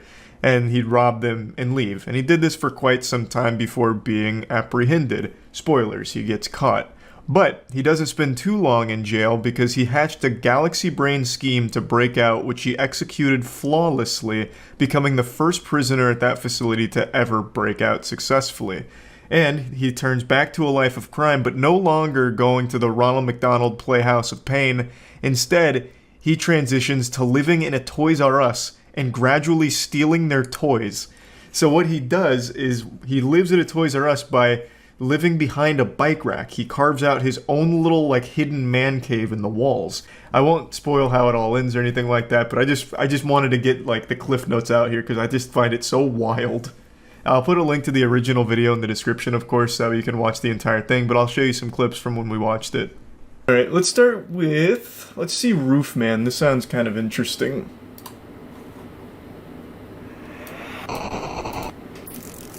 I do love criminals that hide in attics and shit. Nigel and Luke here, and welcome to Crime Zone. Unbeknownst Quick question, is there still a massive breakfast rush for McDonald's? I remember when I was a kid that was the shit, but I feel like McDonald's has just such steep competition these days for the breakfast slot. Do we have any other, like big McDonald's breakfast enthusiasts here? Because near me it's kind of just like, no one cares anymore. Overwhelmingly yes. Wow. I just think the McDonald's breakfast has really fallen off. It's like Netflix stock, but for food. Once he had the cash, the masked robber walked all of the employees into the cooler where they were locked inside. It seems kind of nice. They were asked if they wanted to grab their coats to stay warm while they waited for help to arrive.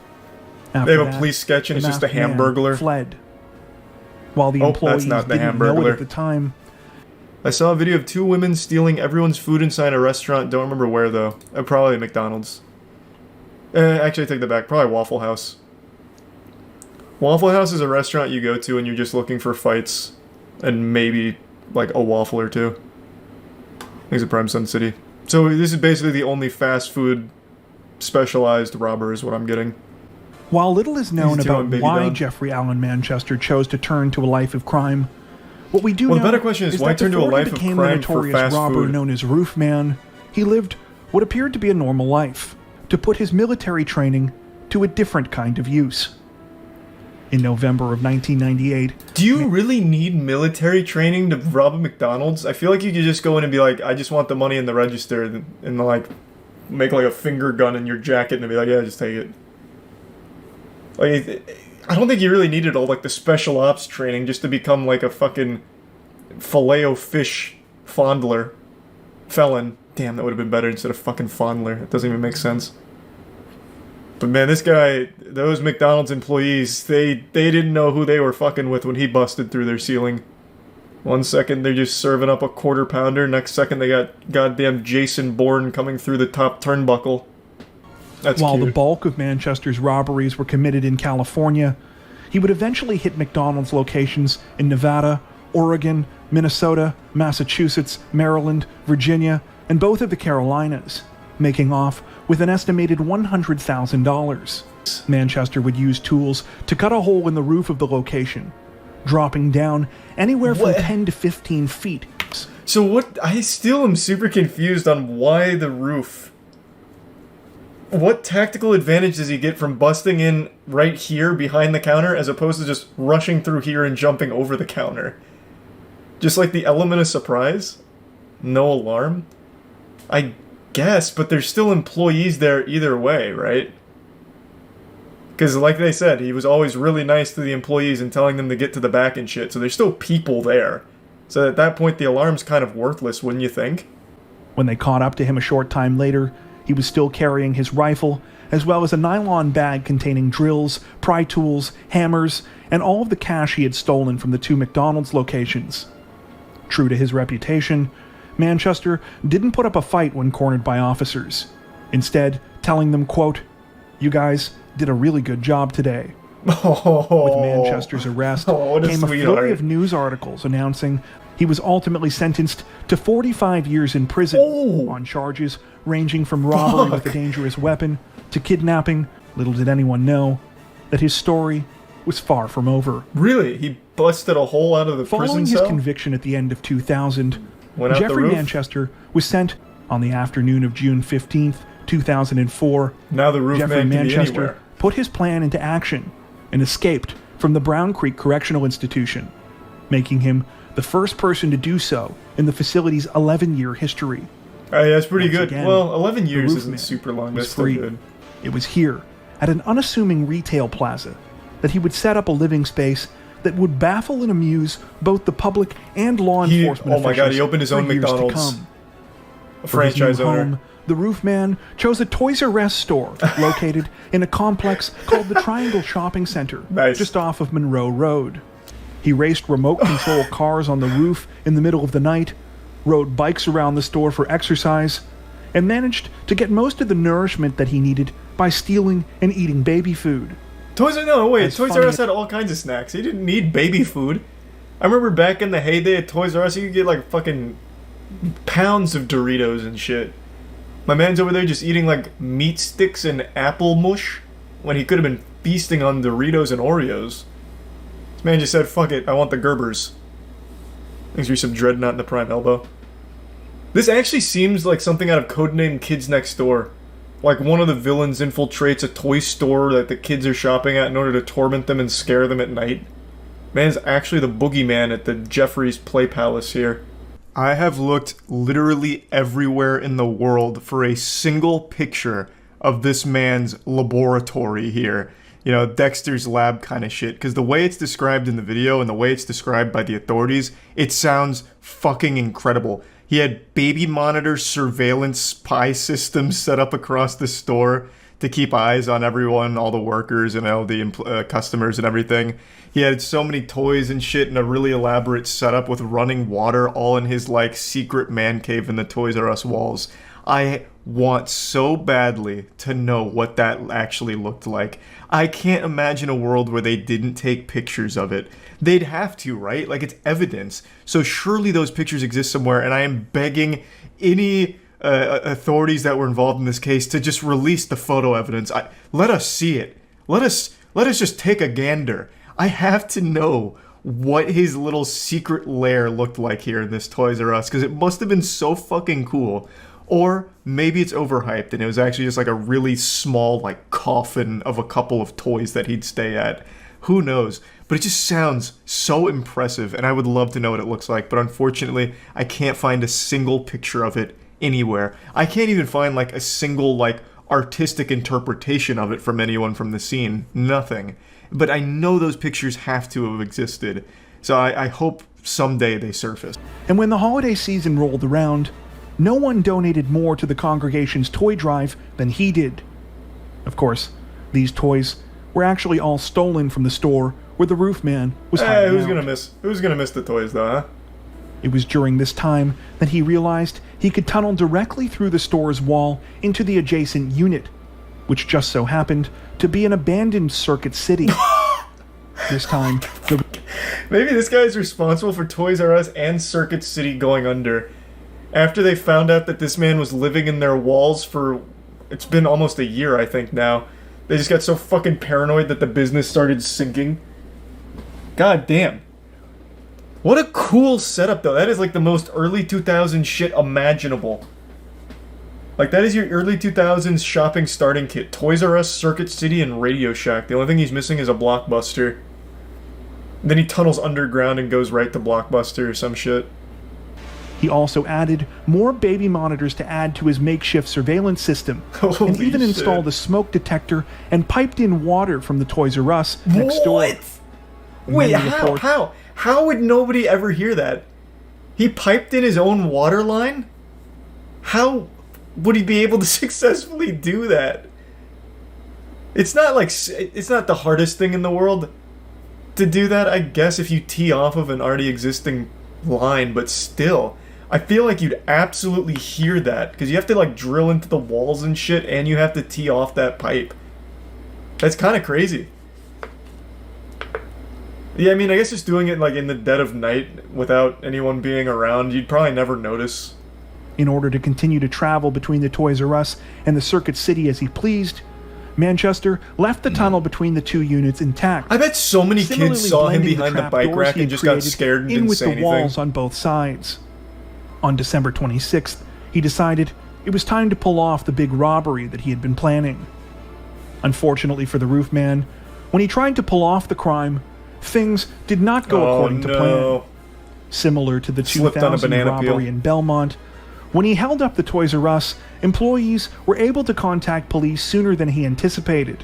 Manchester responded by punching her, stealing her gun, and running away. That's aggressive. Amazingly, he used to be so nice. The roof man seemed cornered. He managed to escape through his trapdoors undetected. It's unclear whether or not he returned to the hideout within the Circuit City, identified him as the man who had been going by the name John Zorin, and were shocked to discover who he really was. In a bid to cover his tracks, Manchester burned down a dentist office where he had gotten his teeth fixed while on the run. How does that... He was worried that police would be able to find his dental records there. Okay. This had the opposite effect of what he intended. Prison really changed and only made investigators more suspicious. Manchester showed up, believing he would be able to see his girlfriend one last time before continuing his life on the run. He arrived with flowers, but was arrested by waiting officers before he could make it inside the apartment. Manchester is currently incarcerated at the Central Prison in Raleigh, where his projected release date is December 4th, 2036. Do you know of any other cases like this that you think we should check out? What a cool story. Tell us about them in the comments section below. Thank you for watching. That prison is 5 minutes from my house. Bro, you might want to move just in case the roof man gets out. He'll start living in your walls. Sleep in fear, man. Sleep in fear. At the risk of just sounding like I escaped from a padded cell, I'm going to go out on a limb and assume I'm not the only one that does this, where you brainstorm this absolute ridiculous fantasy about what you would do in a perilous situation. How would you stop a criminal if you had to, right? So you're out at a restaurant, you start like looking around, and for some reason you just play through this fanfic in your head of, what if a bad guy comes in with a bazooka? What's the protocol? How do I save the day and keep everyone alive? And, you know, whatever. Everyone plays out this hero fantasy in their head, I think. And today, I saw a news story where I have no doubt the main character here had this envisioned in his head since the time he was a child and actually got to pull it off successfully. There was a criminal on the loose, and he was apprehended by the most unlikely of suspects. Like, I would have been less shocked if it was Captain fucking Underpants that caught this guy than who it actually was. A golfer. A dude just casually out there chugging some brewskis with the boys on the front nine ended up catching a criminal in one of the wackiest ways I've ever seen. Police cars pour onto a golf course. They're going after a suspected bad guy. But no need to hurry. He's trapped in a porta potty. We couldn't believe that he went inside there. I can't believe this isn't a skit. It's real. This is legitimate. Life sometimes imitates cartoons. So, what happened is, I'll let the rest of the news segment play in a moment, but I want to break down the cliff notes. A criminal was running away from authorities, and he tried to hide inside of a porta potty for cover, you know, basically playing it like a stealth game, you know, where you're trying to de-aggro by going inside of something like in Assassin's Creed where you dive into some hay. He went into a porta potty. One of the golfers saw this and also saw the authorities were looking for him, and took this as his moment of opportunity to strike. So all his neurons were firing, and he came up with a genius scheme here, where he would tip over the porta potty and trap him inside. And for anyone that's been around the internet for a while, you'll know that this was actually like a nefarious, like downright evil thing that some people would do to strangers in porta potties, where they would tip it over, it would land on its door, and it would trap them in there, and it'd cause all like the poop and pee and everything in the porta potty to splash around on top of them. Absolutely degenerate, I think, criminal prank. But here, he took something truly awful and turned it into a force of good. So he tips over the porta potty, causes it to fall on its door, meaning the criminal that's on the run is now trapped inside that porta potty. But not only that, all the contents from inside the porta potty are now all over him. So he's covered in all kinds of shit and piss. Like, he probably contracted more diseases than the Oregon Trail. Like, this man's probably got dysentery and fatal fart disease now from this. Like, he added insult to injury by not only catching him, but covering him in toilet waste. It couldn't be worse. That is a fate worse than just going to prison. Being trapped in a porta potty you can't get out of. Oh my lord, it is so revolting. The bizarre case starts when a stolen car crashes outside Milwaukee. 4 people inside take off. There goes one, then another, then the third, then the fourth. Cops say one of the bad guys ran to the golf course. Not exactly a great place to hide with all that wide open space. So what'd he do? He jumped into a porta potty. Fortunately, a golfer saw what was happening and tipped the porta potty over. I can just picture this scene playing out in my head. The guy who tipped the porta potty over, our savior, his name is Adam. So he sees the criminal run into the porta potty, and he immediately gets to thinking, it's time to start stinking. He gets a big smirk on his face, slowly sets the 5-iron back in the golfing bag. He was about to hit a spectacular shot, eagling the par 5, but he says, it can wait. I've got business to tend to. And then just fucking sprints over and blasts the porta potty over, trapping him inside. This guy obviously knew that he had to tip it over onto the door. This is a guy who was familiar with that old awful prank people used to do, and he turned it into a force for good. That's crazy. Golfer Alyssa Boland was there. He made a quick decision to tip it over, walked away, and said, good luck, buddy. You can just imagine what happened next. The suspect found himself trapped inside. Don't let this deceive you. Don't get it twisted. This was after the suspect had been apprehended, so they had pushed the porta potty over, so that way the door was on its side so he could climb out. But when it was initially tipped over, it was on the door, so there was no escape. He was truly at the mercy of whoever would come to free him from this fucking fate worse than death, being trapped in a porta potty with everything sloshing around on you. And I think it is so badass that the guy who did it didn't stick around to give an interview or anything. He just pushes it over, apparently said, good luck, buddy, and left. He just sailed off into the sunset, held his head up high and said, I did good today. Like, he wanted no part of any kind of fame or glory or recognition for this. He didn't want the keys to the city. He just wanted to go back to finishing his game.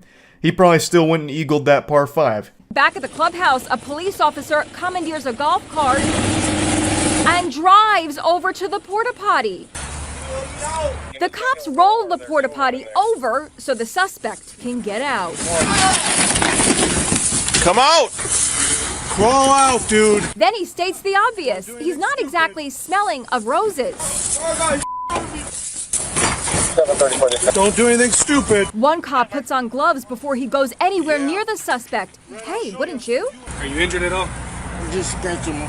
I will say, at least he didn't have to spend that long stewing in all the juices of the porta potty. He wasn't in there for that long. Like, this didn't become like a sarcophagus form where he's in there for like hours upon hours or anything. He was there for a little while. Even still, of course it's awful, but he did have another thing working in his favor in terms of this porta potty in particular. It's on a golf course, so I can't imagine that it's that full. Like, it probably wasn't at maximum poop capacity or anything. Like, there was probably only a little bit of shit and pee in there. It probably wasn't crazy. If this had been a porta potty at like EDC Music Festival or Coachella, you would have went straight to heaven the second the cursed fluids inside of that porta potty touched your skin. If you were in one of those porta potties that got tipped over, it would have sent you to meet your maker. It probably would have melted you instantly. It would have been like that scene in Indiana Jones when they open the Ark of the Covenant and everyone's fucking flesh just starts melting off of them and they die instantly. That would have been what happened with one of those porta potties. So it definitely could have been worse in terms of porta potty selection. This porta potty seems to be in the middle of nowhere on a golf course. I imagine it wasn't a high traffic area. It probably wasn't seeing a ton of action. If I had to get tipped over in a porta potty, I would probably want it to be this one. Like, I'm going out on a limb here. This could be an absolute catastrophe in there. I'm really not sure. We didn't get like an aftermath report where they do like a tour of what the porta potty looked at after it was tipped over. But I'm just giving it the old eyeball test here. I didn't see a ton of like horrifying things in the porta potty for the brief moment we caught a glimpse of it. So I don't think it was the worst in the world. There's definitely worse porta potties it could have been. Of course, I'm sure he's still not happy about the situation. Like definitely still horrifying, but you know, there's definitely more disastrous porta potties to be tipped over in. I'm getting a little sidetracked. What a crazy way of apprehending a runaway criminal here from someone who just happened to see the whole thing unfold and have this opportunity to help by pushing over a fucking porta potty. Like, the simplest thing ever from, like, old internet days of the worst pranks ever, and it actually ended up being helpful. And then the guy, the dude who tipped it over, has just vanished. He said, I'm done here. This is my legacy now. And that's it. So just a wacky situation I wanted to cover a little bit. That's it. See ya.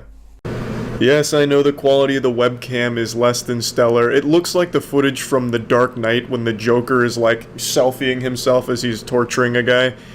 I know it doesn't look great. It's highly pixelated, looking like PlayStation 1 graphics, Charles here, but it is what it is. It's the only webcam that I have, and I really want to talk about something since I can't sleep, which has become all too common. It's extremely late right now. It's 3 a.m. I gotta get up at 7 a.m. and I didn't sleep last night and I'm not sleeping tonight. Insomnia is absolutely beating my cheeks in and it's making me mad. But the only thing that makes me more upset than not being able to sleep is porch pirates. And that's what we're here to talk about.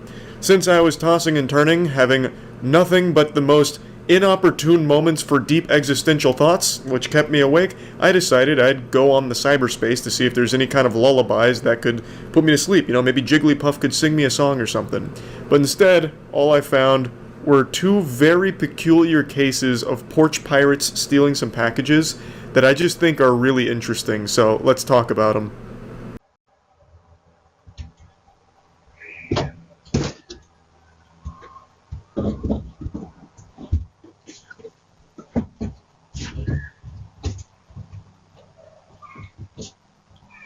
You know that trope that exists in anime and other fiction where the villain is super smart with like the most creative and most galaxy brain scheme imaginable?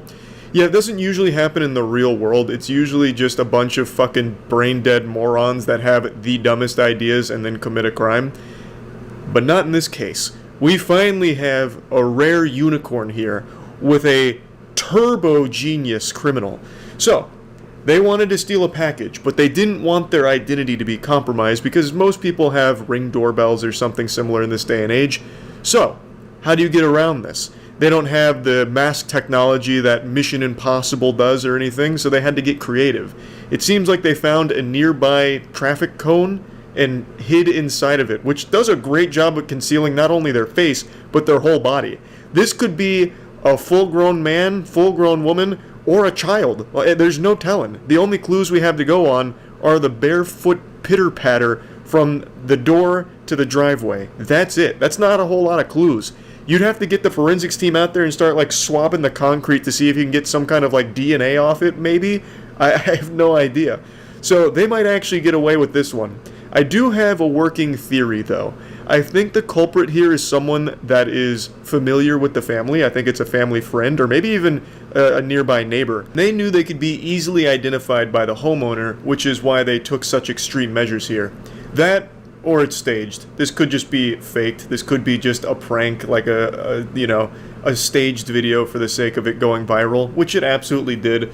But I like to pretend and suspend disbelief here. I like to think that this was a real instance of a porch pirate coming up with a really creative solution. But anyway, there's no further updates that I can find on this story, so this menace is still at large. Sleep in fear.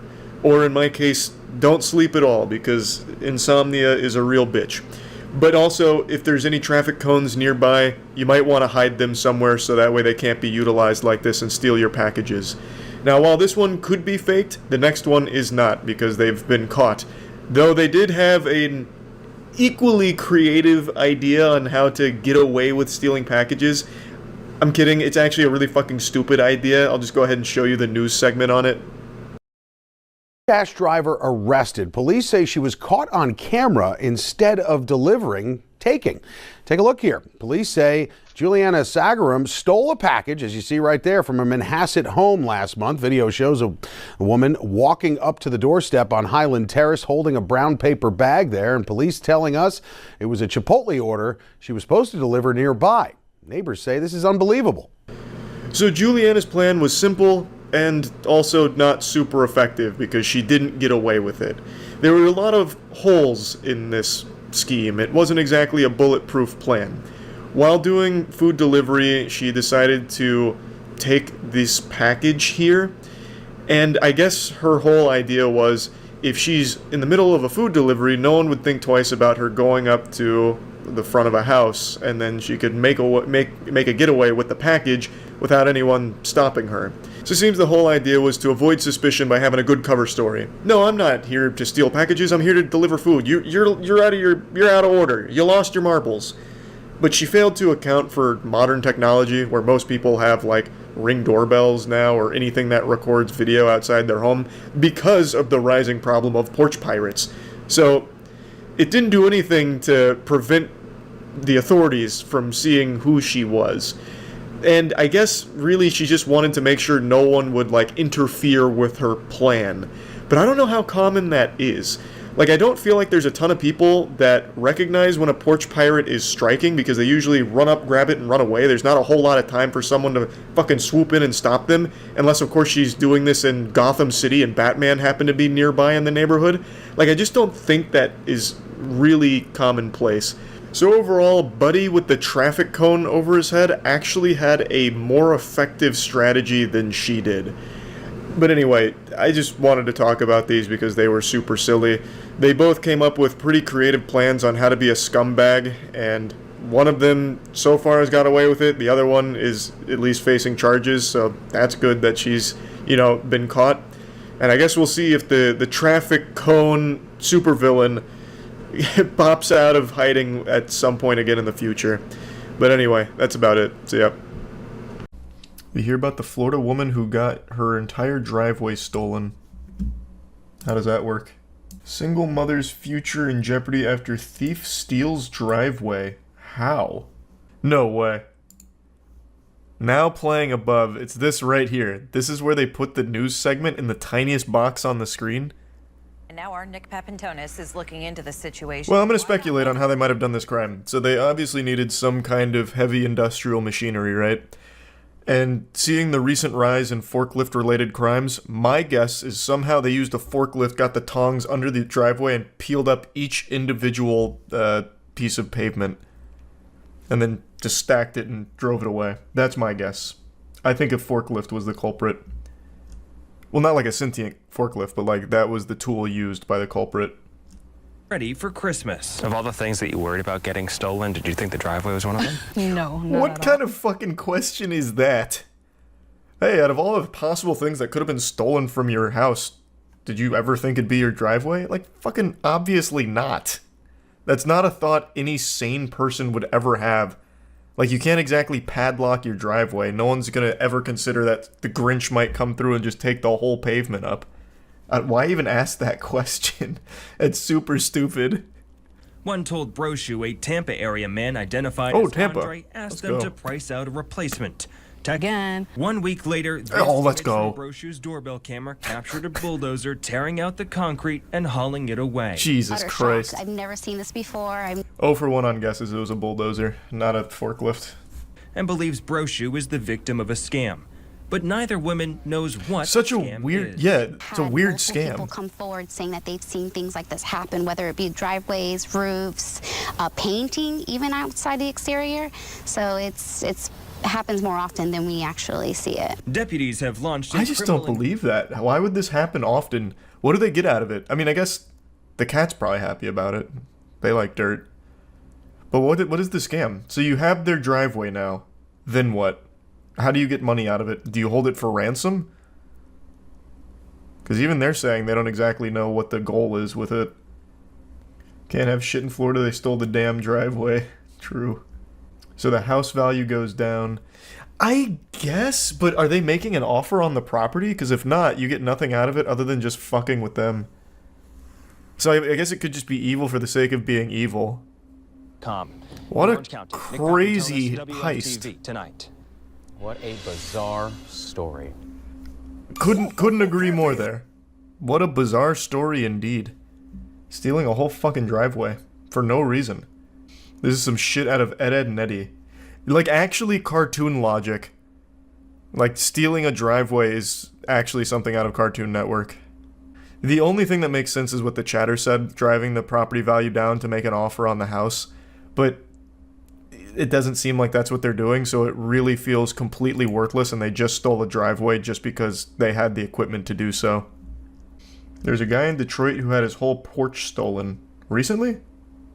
Detroit man says his porch was stolen. This was in 2018. Oh my god. This was in 2018. What the fuck? That is interesting. Oh, wait, it's not real. The first update here. I did it all out of laughs to entertain social media. So this one's fake, but the stealing driveway one's not. Did you see that the Pistons finally won a game? Did I see that the Pistons finally won a game? You bet your sweet bippy I did. I'm a little upset because I predicted they would beat the Celtics, and they almost did. The best meme I saw about it is the Pistons miraculously overcame a 21-point lead in order to lose in the end to the Celtics. And I predicted they would beat them. And they lost. So then I was totally resigned to just let the Pistons lose 60 straight. And then they come back today and they fucking win. It actually made me mad because I could have looked like a prophet. I actually would have looked like a legitimate, like what are they called? Soothsayer? To get that prediction right would have been big for me. But I got it wrong. They won today though. So they snapped the 28-game losing streak. I was reading some of the memes here. I didn't watch the game, I just saw that they posted this. And usually when they post final, it means the Pistons lost in another triumphant fashion. But they actually won, and I was looking at some of the memes. So, Winghouse said every time the Pistons win a game, it's 5 free wings.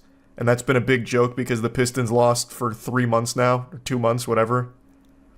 So it's just been this meme about how everyone's starving, like, oh, no wings, Wingstop got the easiest advertisement ever because they don't have to give away wings because the Pistons can't win. So now I've just been going through the memes here. Sure hungry. Rev up those fryers, because I am sure hungry. It's been pretty fire, actually. All they need to do is win 50 games in a row to make the playoffs. That's what I'm predicting. I think now's the time. They got 28 games worth of losses, and as the old adage goes, you learn more from failure than you do success. So they've got tons of invaluable knowledge now. I think they win 50 straight. What does your new tattoo mean? Absolutely nothing. I just really like the design. This time around, I told myself this next tattoo I was getting was going to have meaning. So I once again got a meaningless tattoo. But, dagnabbit, I think it looks nice. It's not done yet. I still have to go back, but that's basically the bones of it. It's a balloons map. Yeah, kinda. Once it's finished, it'll be less balloons-esque, but I really like it. I really like how it's coming out. You did this, they could have gotten rid of the 76ers all-time loss record, now they tied it, fuck you. Hey man, I got it wrong. I said they were winning last game. So it's not my fault. Surprisingly, this isn't new. Look up entire driveway stolen in Central Florida. Happened in 2012. This isn't the first driveway being stolen? Yeah, well, you're right. This also happened in Florida, too. Man, Florida thieves love driveways. A woman in Reddick, Florida didn't even have to open her front door to realize she had been robbed. That's because thieves stole her driveway. Well, the brick pavers that made up the driveway. Is there footage of it? No. The victim arrived home around 6 p.m. on Tuesday and felt a large bump as she attempted to turn into where her driveway had once been. She got out and realized it was gone. Apparently neighbors didn't think anything of it because construction workers had recently built a barn elsewhere on her property, so no one stopped the thieves as they took the bricks. Thoughts on Mickey Mouse becoming public domain? Oh, yeah. That happens on January 1st. Mickey Mouse is hitting the public domain. Well, Steamboat Willie Mickey Mouse. Which is fine. We're going to use him in the MWL, mark my words. We'll have him fight against other public domain property like Winnie the Pooh. Right around the same time as Epstein's List. I wonder what Steamboat Willie was up to. Oh, interesting correlation. So I can promote my own movies with a whistling mouse. I guess. You can use Winnie the Pooh right now if you want. There's a lot of public domain property that you probably don't realize is public domain. Though I think most people know Winnie the Pooh is because of the god-awful horror movie. Did you hear about that devil comet that's going to explode in the next few days before it reaches Earth? We've got to stop naming like comets and asteroids like this. God of Chaos, now the devil comet. Devil comet bigger than Mount Everest racing towards Earth and is set to explode soon. These headlines, brother, please. This isn't Mass Effect. This isn't like the Reapers are coming, please. The Devil Comet, officially known as 12P, what a name, Near Automata shit, is currently making its way towards Earth and is anticipated to undergo a significant eruption soon.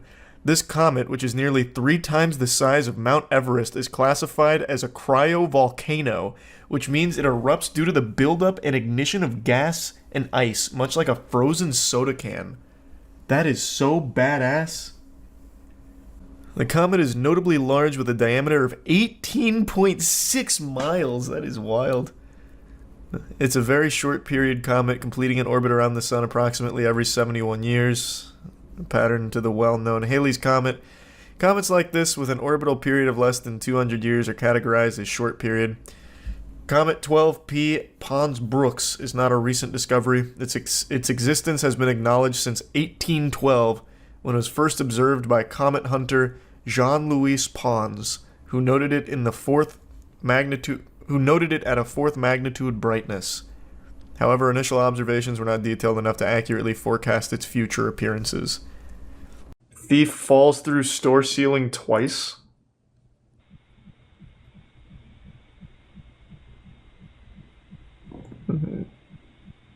Oh, he's over here. Oh, this guy's a genius. He set up a decoy. I thought this was him. I was wondering how he gets to the ceiling. Oh, we got a real fucking criminal mastermind here. He thought of everything. It's like some shit out of Johnny Bravo when he went to steal a giant diamond. He's got like a little rope and everything. I just don't get it though. Thank God for that rope, am I right? A nice slow descent. What's the point? He's clearly he's robbing the place. Look at all the good loot he's walking away with. Or maybe he just wanted to try out his rope. I'll see if I can break into this place with my rope, fuck it. Oh, he's trapped in here. This man's hatching so many plans, and every single time he thinks of one, it almost immediately doesn't work. But he's on to something now. Unfortunately, the title spoils what happens next, but I like where his heart's at. He's hatched an idea and he's acting on it. I can't imagine where he falls through next. Why would you climb up here and then go this way? Oh, I see. He never even made it onto the panels. I wonder how he's doing now. Oh, he's fucking cooking. He's almost out. I see it.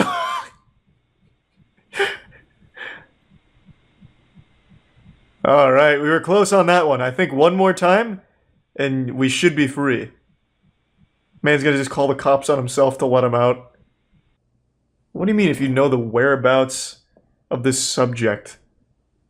He's still in the store. It's become his sarcophagus. He hasn't left. Just check the store. Oh my god, he falls through the roof as well. Or the ceiling. Man, how many fucking people fall through ceilings? I used to do vodka coke. That was always my mixed drink of choice. Cheap. And it just tasted like drinking very cold coke. Very unpopular mixed drink though. None of my friends liked it, and every time I ordered it at the bar, they always very confused and gave me some shit. So the owner's trap was locking all the doors? He's delivering some really strong kicks there. That door is putting in work. Oh, and he's going with the old horse kick as well. This is not his first rodeo kicking down a door, but he has never fought an opponent like this. That shit is vibranium. So what is he even doing here? It doesn't look like he was even trying to rob the place. It looked like he was escaping. Oh, that's rough. Oh, there goes the hammer. Are we sure that this belongs to just like a normal shop owner and not somebody that was like torturing this guy and he finally got an escape going, only to get trapped in the second phase of the solve trap? Because it didn't look like he was even trying to rob this. He's getting really close.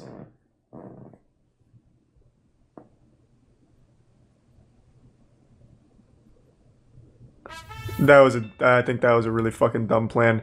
Look how close you are with the door. You can absolutely kick off the bottom, I think. I don't think you'll get through the deadbolt, but you will definitely bust the bottom up.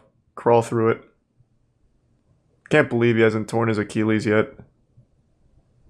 Oh, and now he's just gonna pop his shoulder out of place. Very good, very good. The panic is really setting in. Next he's gonna just take the hammer and start hitting himself with it.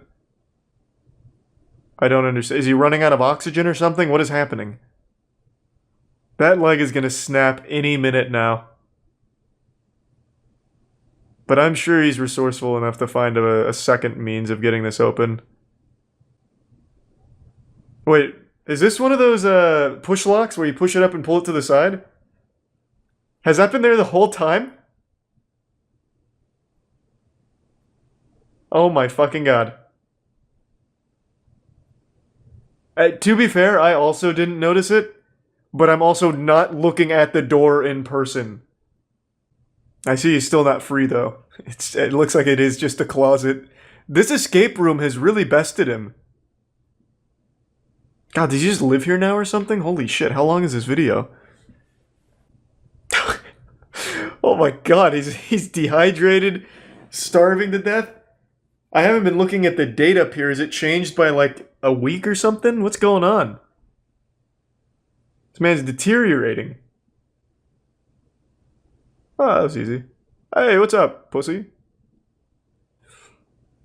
Should have locked the cop in. That would have been a big brain move, but there's obviously another officer over here. That would have been like some mastermind shit, though. He just tucks his legs forward a little bit. This officer becomes trapped and he just has to take on one guy. It's like some GTA RP kind of shit. No, there's clearly two cops is what I'm saying. Chat, Jesus, you would never succeed as a fucking villain. A, cops don't respond to calls alone. There's always backup. And B, he was clearly talking to somebody over here while the officer was behind the door. How many of you are familiar with this story? This was called The Cookie Monster back in 2008. Two girls that steal from the Girl Scouts. And it's actually kind of deep. Like, it gets wild. I won't spoil the ending or anything, but it gets kind of silly. And I'd never heard of this before, but I guess it was a big deal back in 2008. Basically, me and my friend Stephanie, we needed some money. We saw a girl selling Girl Scout cookies. We saw an envelope with money in it, and I grabbed it, and she drove away. That's free money, baby. Why did you do it? Because we needed money. We just wanted money. What did you... I think the Girl Scouts should be traveling with like a safe, like a lockbox maybe, and armed security guards. Because this is not the first time I've heard of them being robbed. It seems like that's kind of common. Like, they set up their Girl Scout cookie stands outside of Walmart or Publix or something, and then someone just comes by and just, fucking mine. What about the people who would say, all right, you know, it's one thing to steal money, it's another thing to do it from a 9-year-old girl selling Girl Scout cookies? I mean, money's money. I mean, I feel bad it was a 9-year-old girl, but there was $150 in that envelope, and I wanted that money, and it was mine. How brutally honest. Like an actual comic book villain. Out here teaching life lessons. $150 easy payday. The only problem was we got caught. And I would have got away with it too if it wasn't for those meddling grocery store security cameras. I just want to say that I'm sorry for offending the Girl Scout organization, but other than that, that's it. I like the word offending there. As if that was the problem, like she insulted them and they took it personally or something. Instead of, I apologize for stealing from the Girl Scout organization, it's, I'm sorry for hurting their feelings. So, pretty smart criminal overall. But she's not the star of the show. This was mainly the sidekick, the Robin to the real Batman, Stephanie Woods. I mean, some people might say... You'll see her in just a minute. I heard one person... It's not her money. I mean, it is. Girl was selling it, but it's not like she was gonna make that money. So, it doesn't really bother me. The only thing that bothers me is my charges. Those neurons are not firing. What was the other crime that you had been charged with? Domestic battery. Oh, huge. Pretty much, we just there saw she the is. Girl Scouts with their little protagonist. Table, but it's a crime. I know it's a crime, but it was an easy crime. it was easy. True. It was sitting right there. I mean, there's Literally taking candy from a baby. Like, you just stealing from a 9-year-old? Like, what are they gonna do? Put up a fight? No, sir. Who's a 9-year-old gonna beat? Not an adult. No shot. Like that. Yeah, that's easy crime. She's not wrong. She's making a great point. What a fucking maniac. there's a lesson learned now, but what's the lesson you say that you could learn out of this? probably not to get caught, or maybe not to steal. I mean, do you have any remorse about stealing from a 9-year-old girl? Right now, no, because I'm kind of pissed because I have charges and we had to give the money back anyway, so now I'm pretty pissed. Net loss, But I mean, some people might say it's... I don't feel sadness for that little girl. I mean, she's getting a lot of money right now from people who feel bad for her. So. Is she in the same parking lot? I just noticed she like pointed over there. Are they still selling cookies? Like, once this camera comes off, Stephanie Woods might just make her way over there, just meander over and steal a couple extra envelopes of cash from the Girl Scouts. Return to the scene of the crime, lightning striking twice in the same place. After this, a few years later, she got arrested again. Still can't get rid of the Cookie Monster name, by the way. It's what she's forever known for. And sentenced to 6.5 years in prison. Not from stealing from Girl Scouts this time. That was just her gateway drug to a harder drug, heroin. So, yep. A pretty expected conclusion, if I'm being honest. You know, this is something I think a lot of people saw coming. But she must have hired Saul Goodman because initially she was facing 9.5 years. But she took a plea deal, so it worked out for her.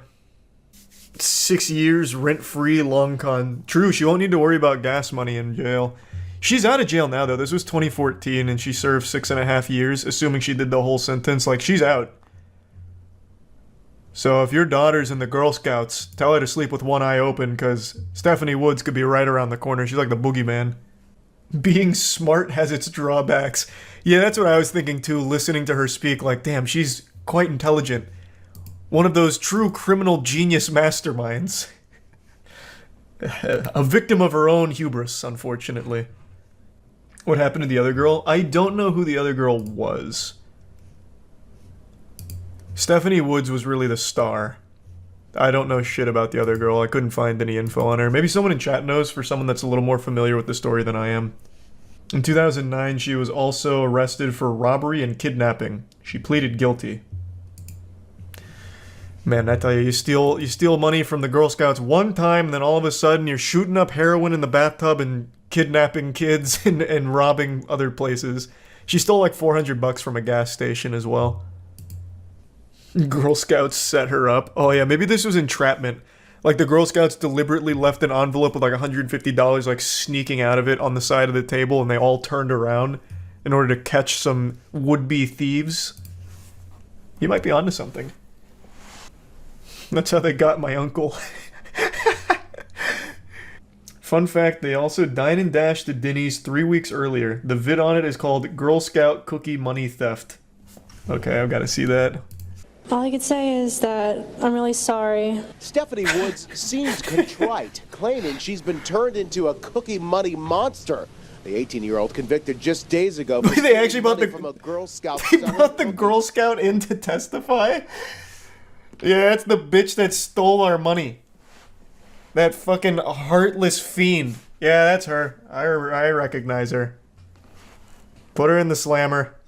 Even though I think it'd be really unfair if I got 60 days in jail. A 17-year-old What do you mean? who's yet to be charged was with her in both the Denny's and Girl Scout thefts and was. Oh, now we get to learn about the take sidekick? stand, but Woods' attorney was nervous. She was going to turn against his client, so she took the plea. The family days, despite this flip of the finger and then shove of our camera last week in court. Hey, Stephanie, come on. I don't have Hey, much of an come attitude on. anymore, really, except for the other day. But that was just anger. So what can I say? Her attorney Thus, said Woods' an plea of attitude. No contest was the best avenue, given the conflicting statements from her younger co-defendant. Oh, there's still more. It's the Girl Scout cookie thief like you've never seen her before, crying. Damn, in she's a court celebrity. After the judge throws the book at her. An out-of-control drug user, and sent her away to get her life back on track. She will have up to 3 years to do just that. Holy shit. The road for 18-year-old Stephanie Wait, what the Woods. She fuck? arrived- Wait, so she was sentenced even before the 6.5 years? Wait, did I just miss that in the article? So she just bounces from prison to prison. So she had a 3.5 year sentence before the 6.5? There's still more? From juvenile detention to the county jail, more punishment for Stephanie Woods, the so-called Girl Scout cookie cash thief. Another sentencing for Stephanie Woods. This I'm adding time an in extra Stafford. year because I just A hate the juvenile letters judge from had your already fans. ordered Woods into custody and into drug treatment, but Judge Cohen says it should stay, and he gives Stephanie 3 days in jail as a deterrent. The judge, I think, did the right thing. I really do. Damn, what a story. Yeah, that shit is deep. All starting from stealing cookies from the stealing money from the Girl Scouts. Wild. Crazy how it all ended up. Well, I guess not really crazy. Kind of expected. I really do wonder what her friend's doing. I wonder if she also had this kind of trajectory. She was given 2 years of probation for the drugs, after which she committed 10 probation offenses, including violating curfew, hanging with criminals, lying to a probation officer, giving an officer a fake ID, not doing community service, and stealing $400 from a gas station. Allegedly. That also could be a false flag operation from the Girl Scouts. We don't know for sure yet.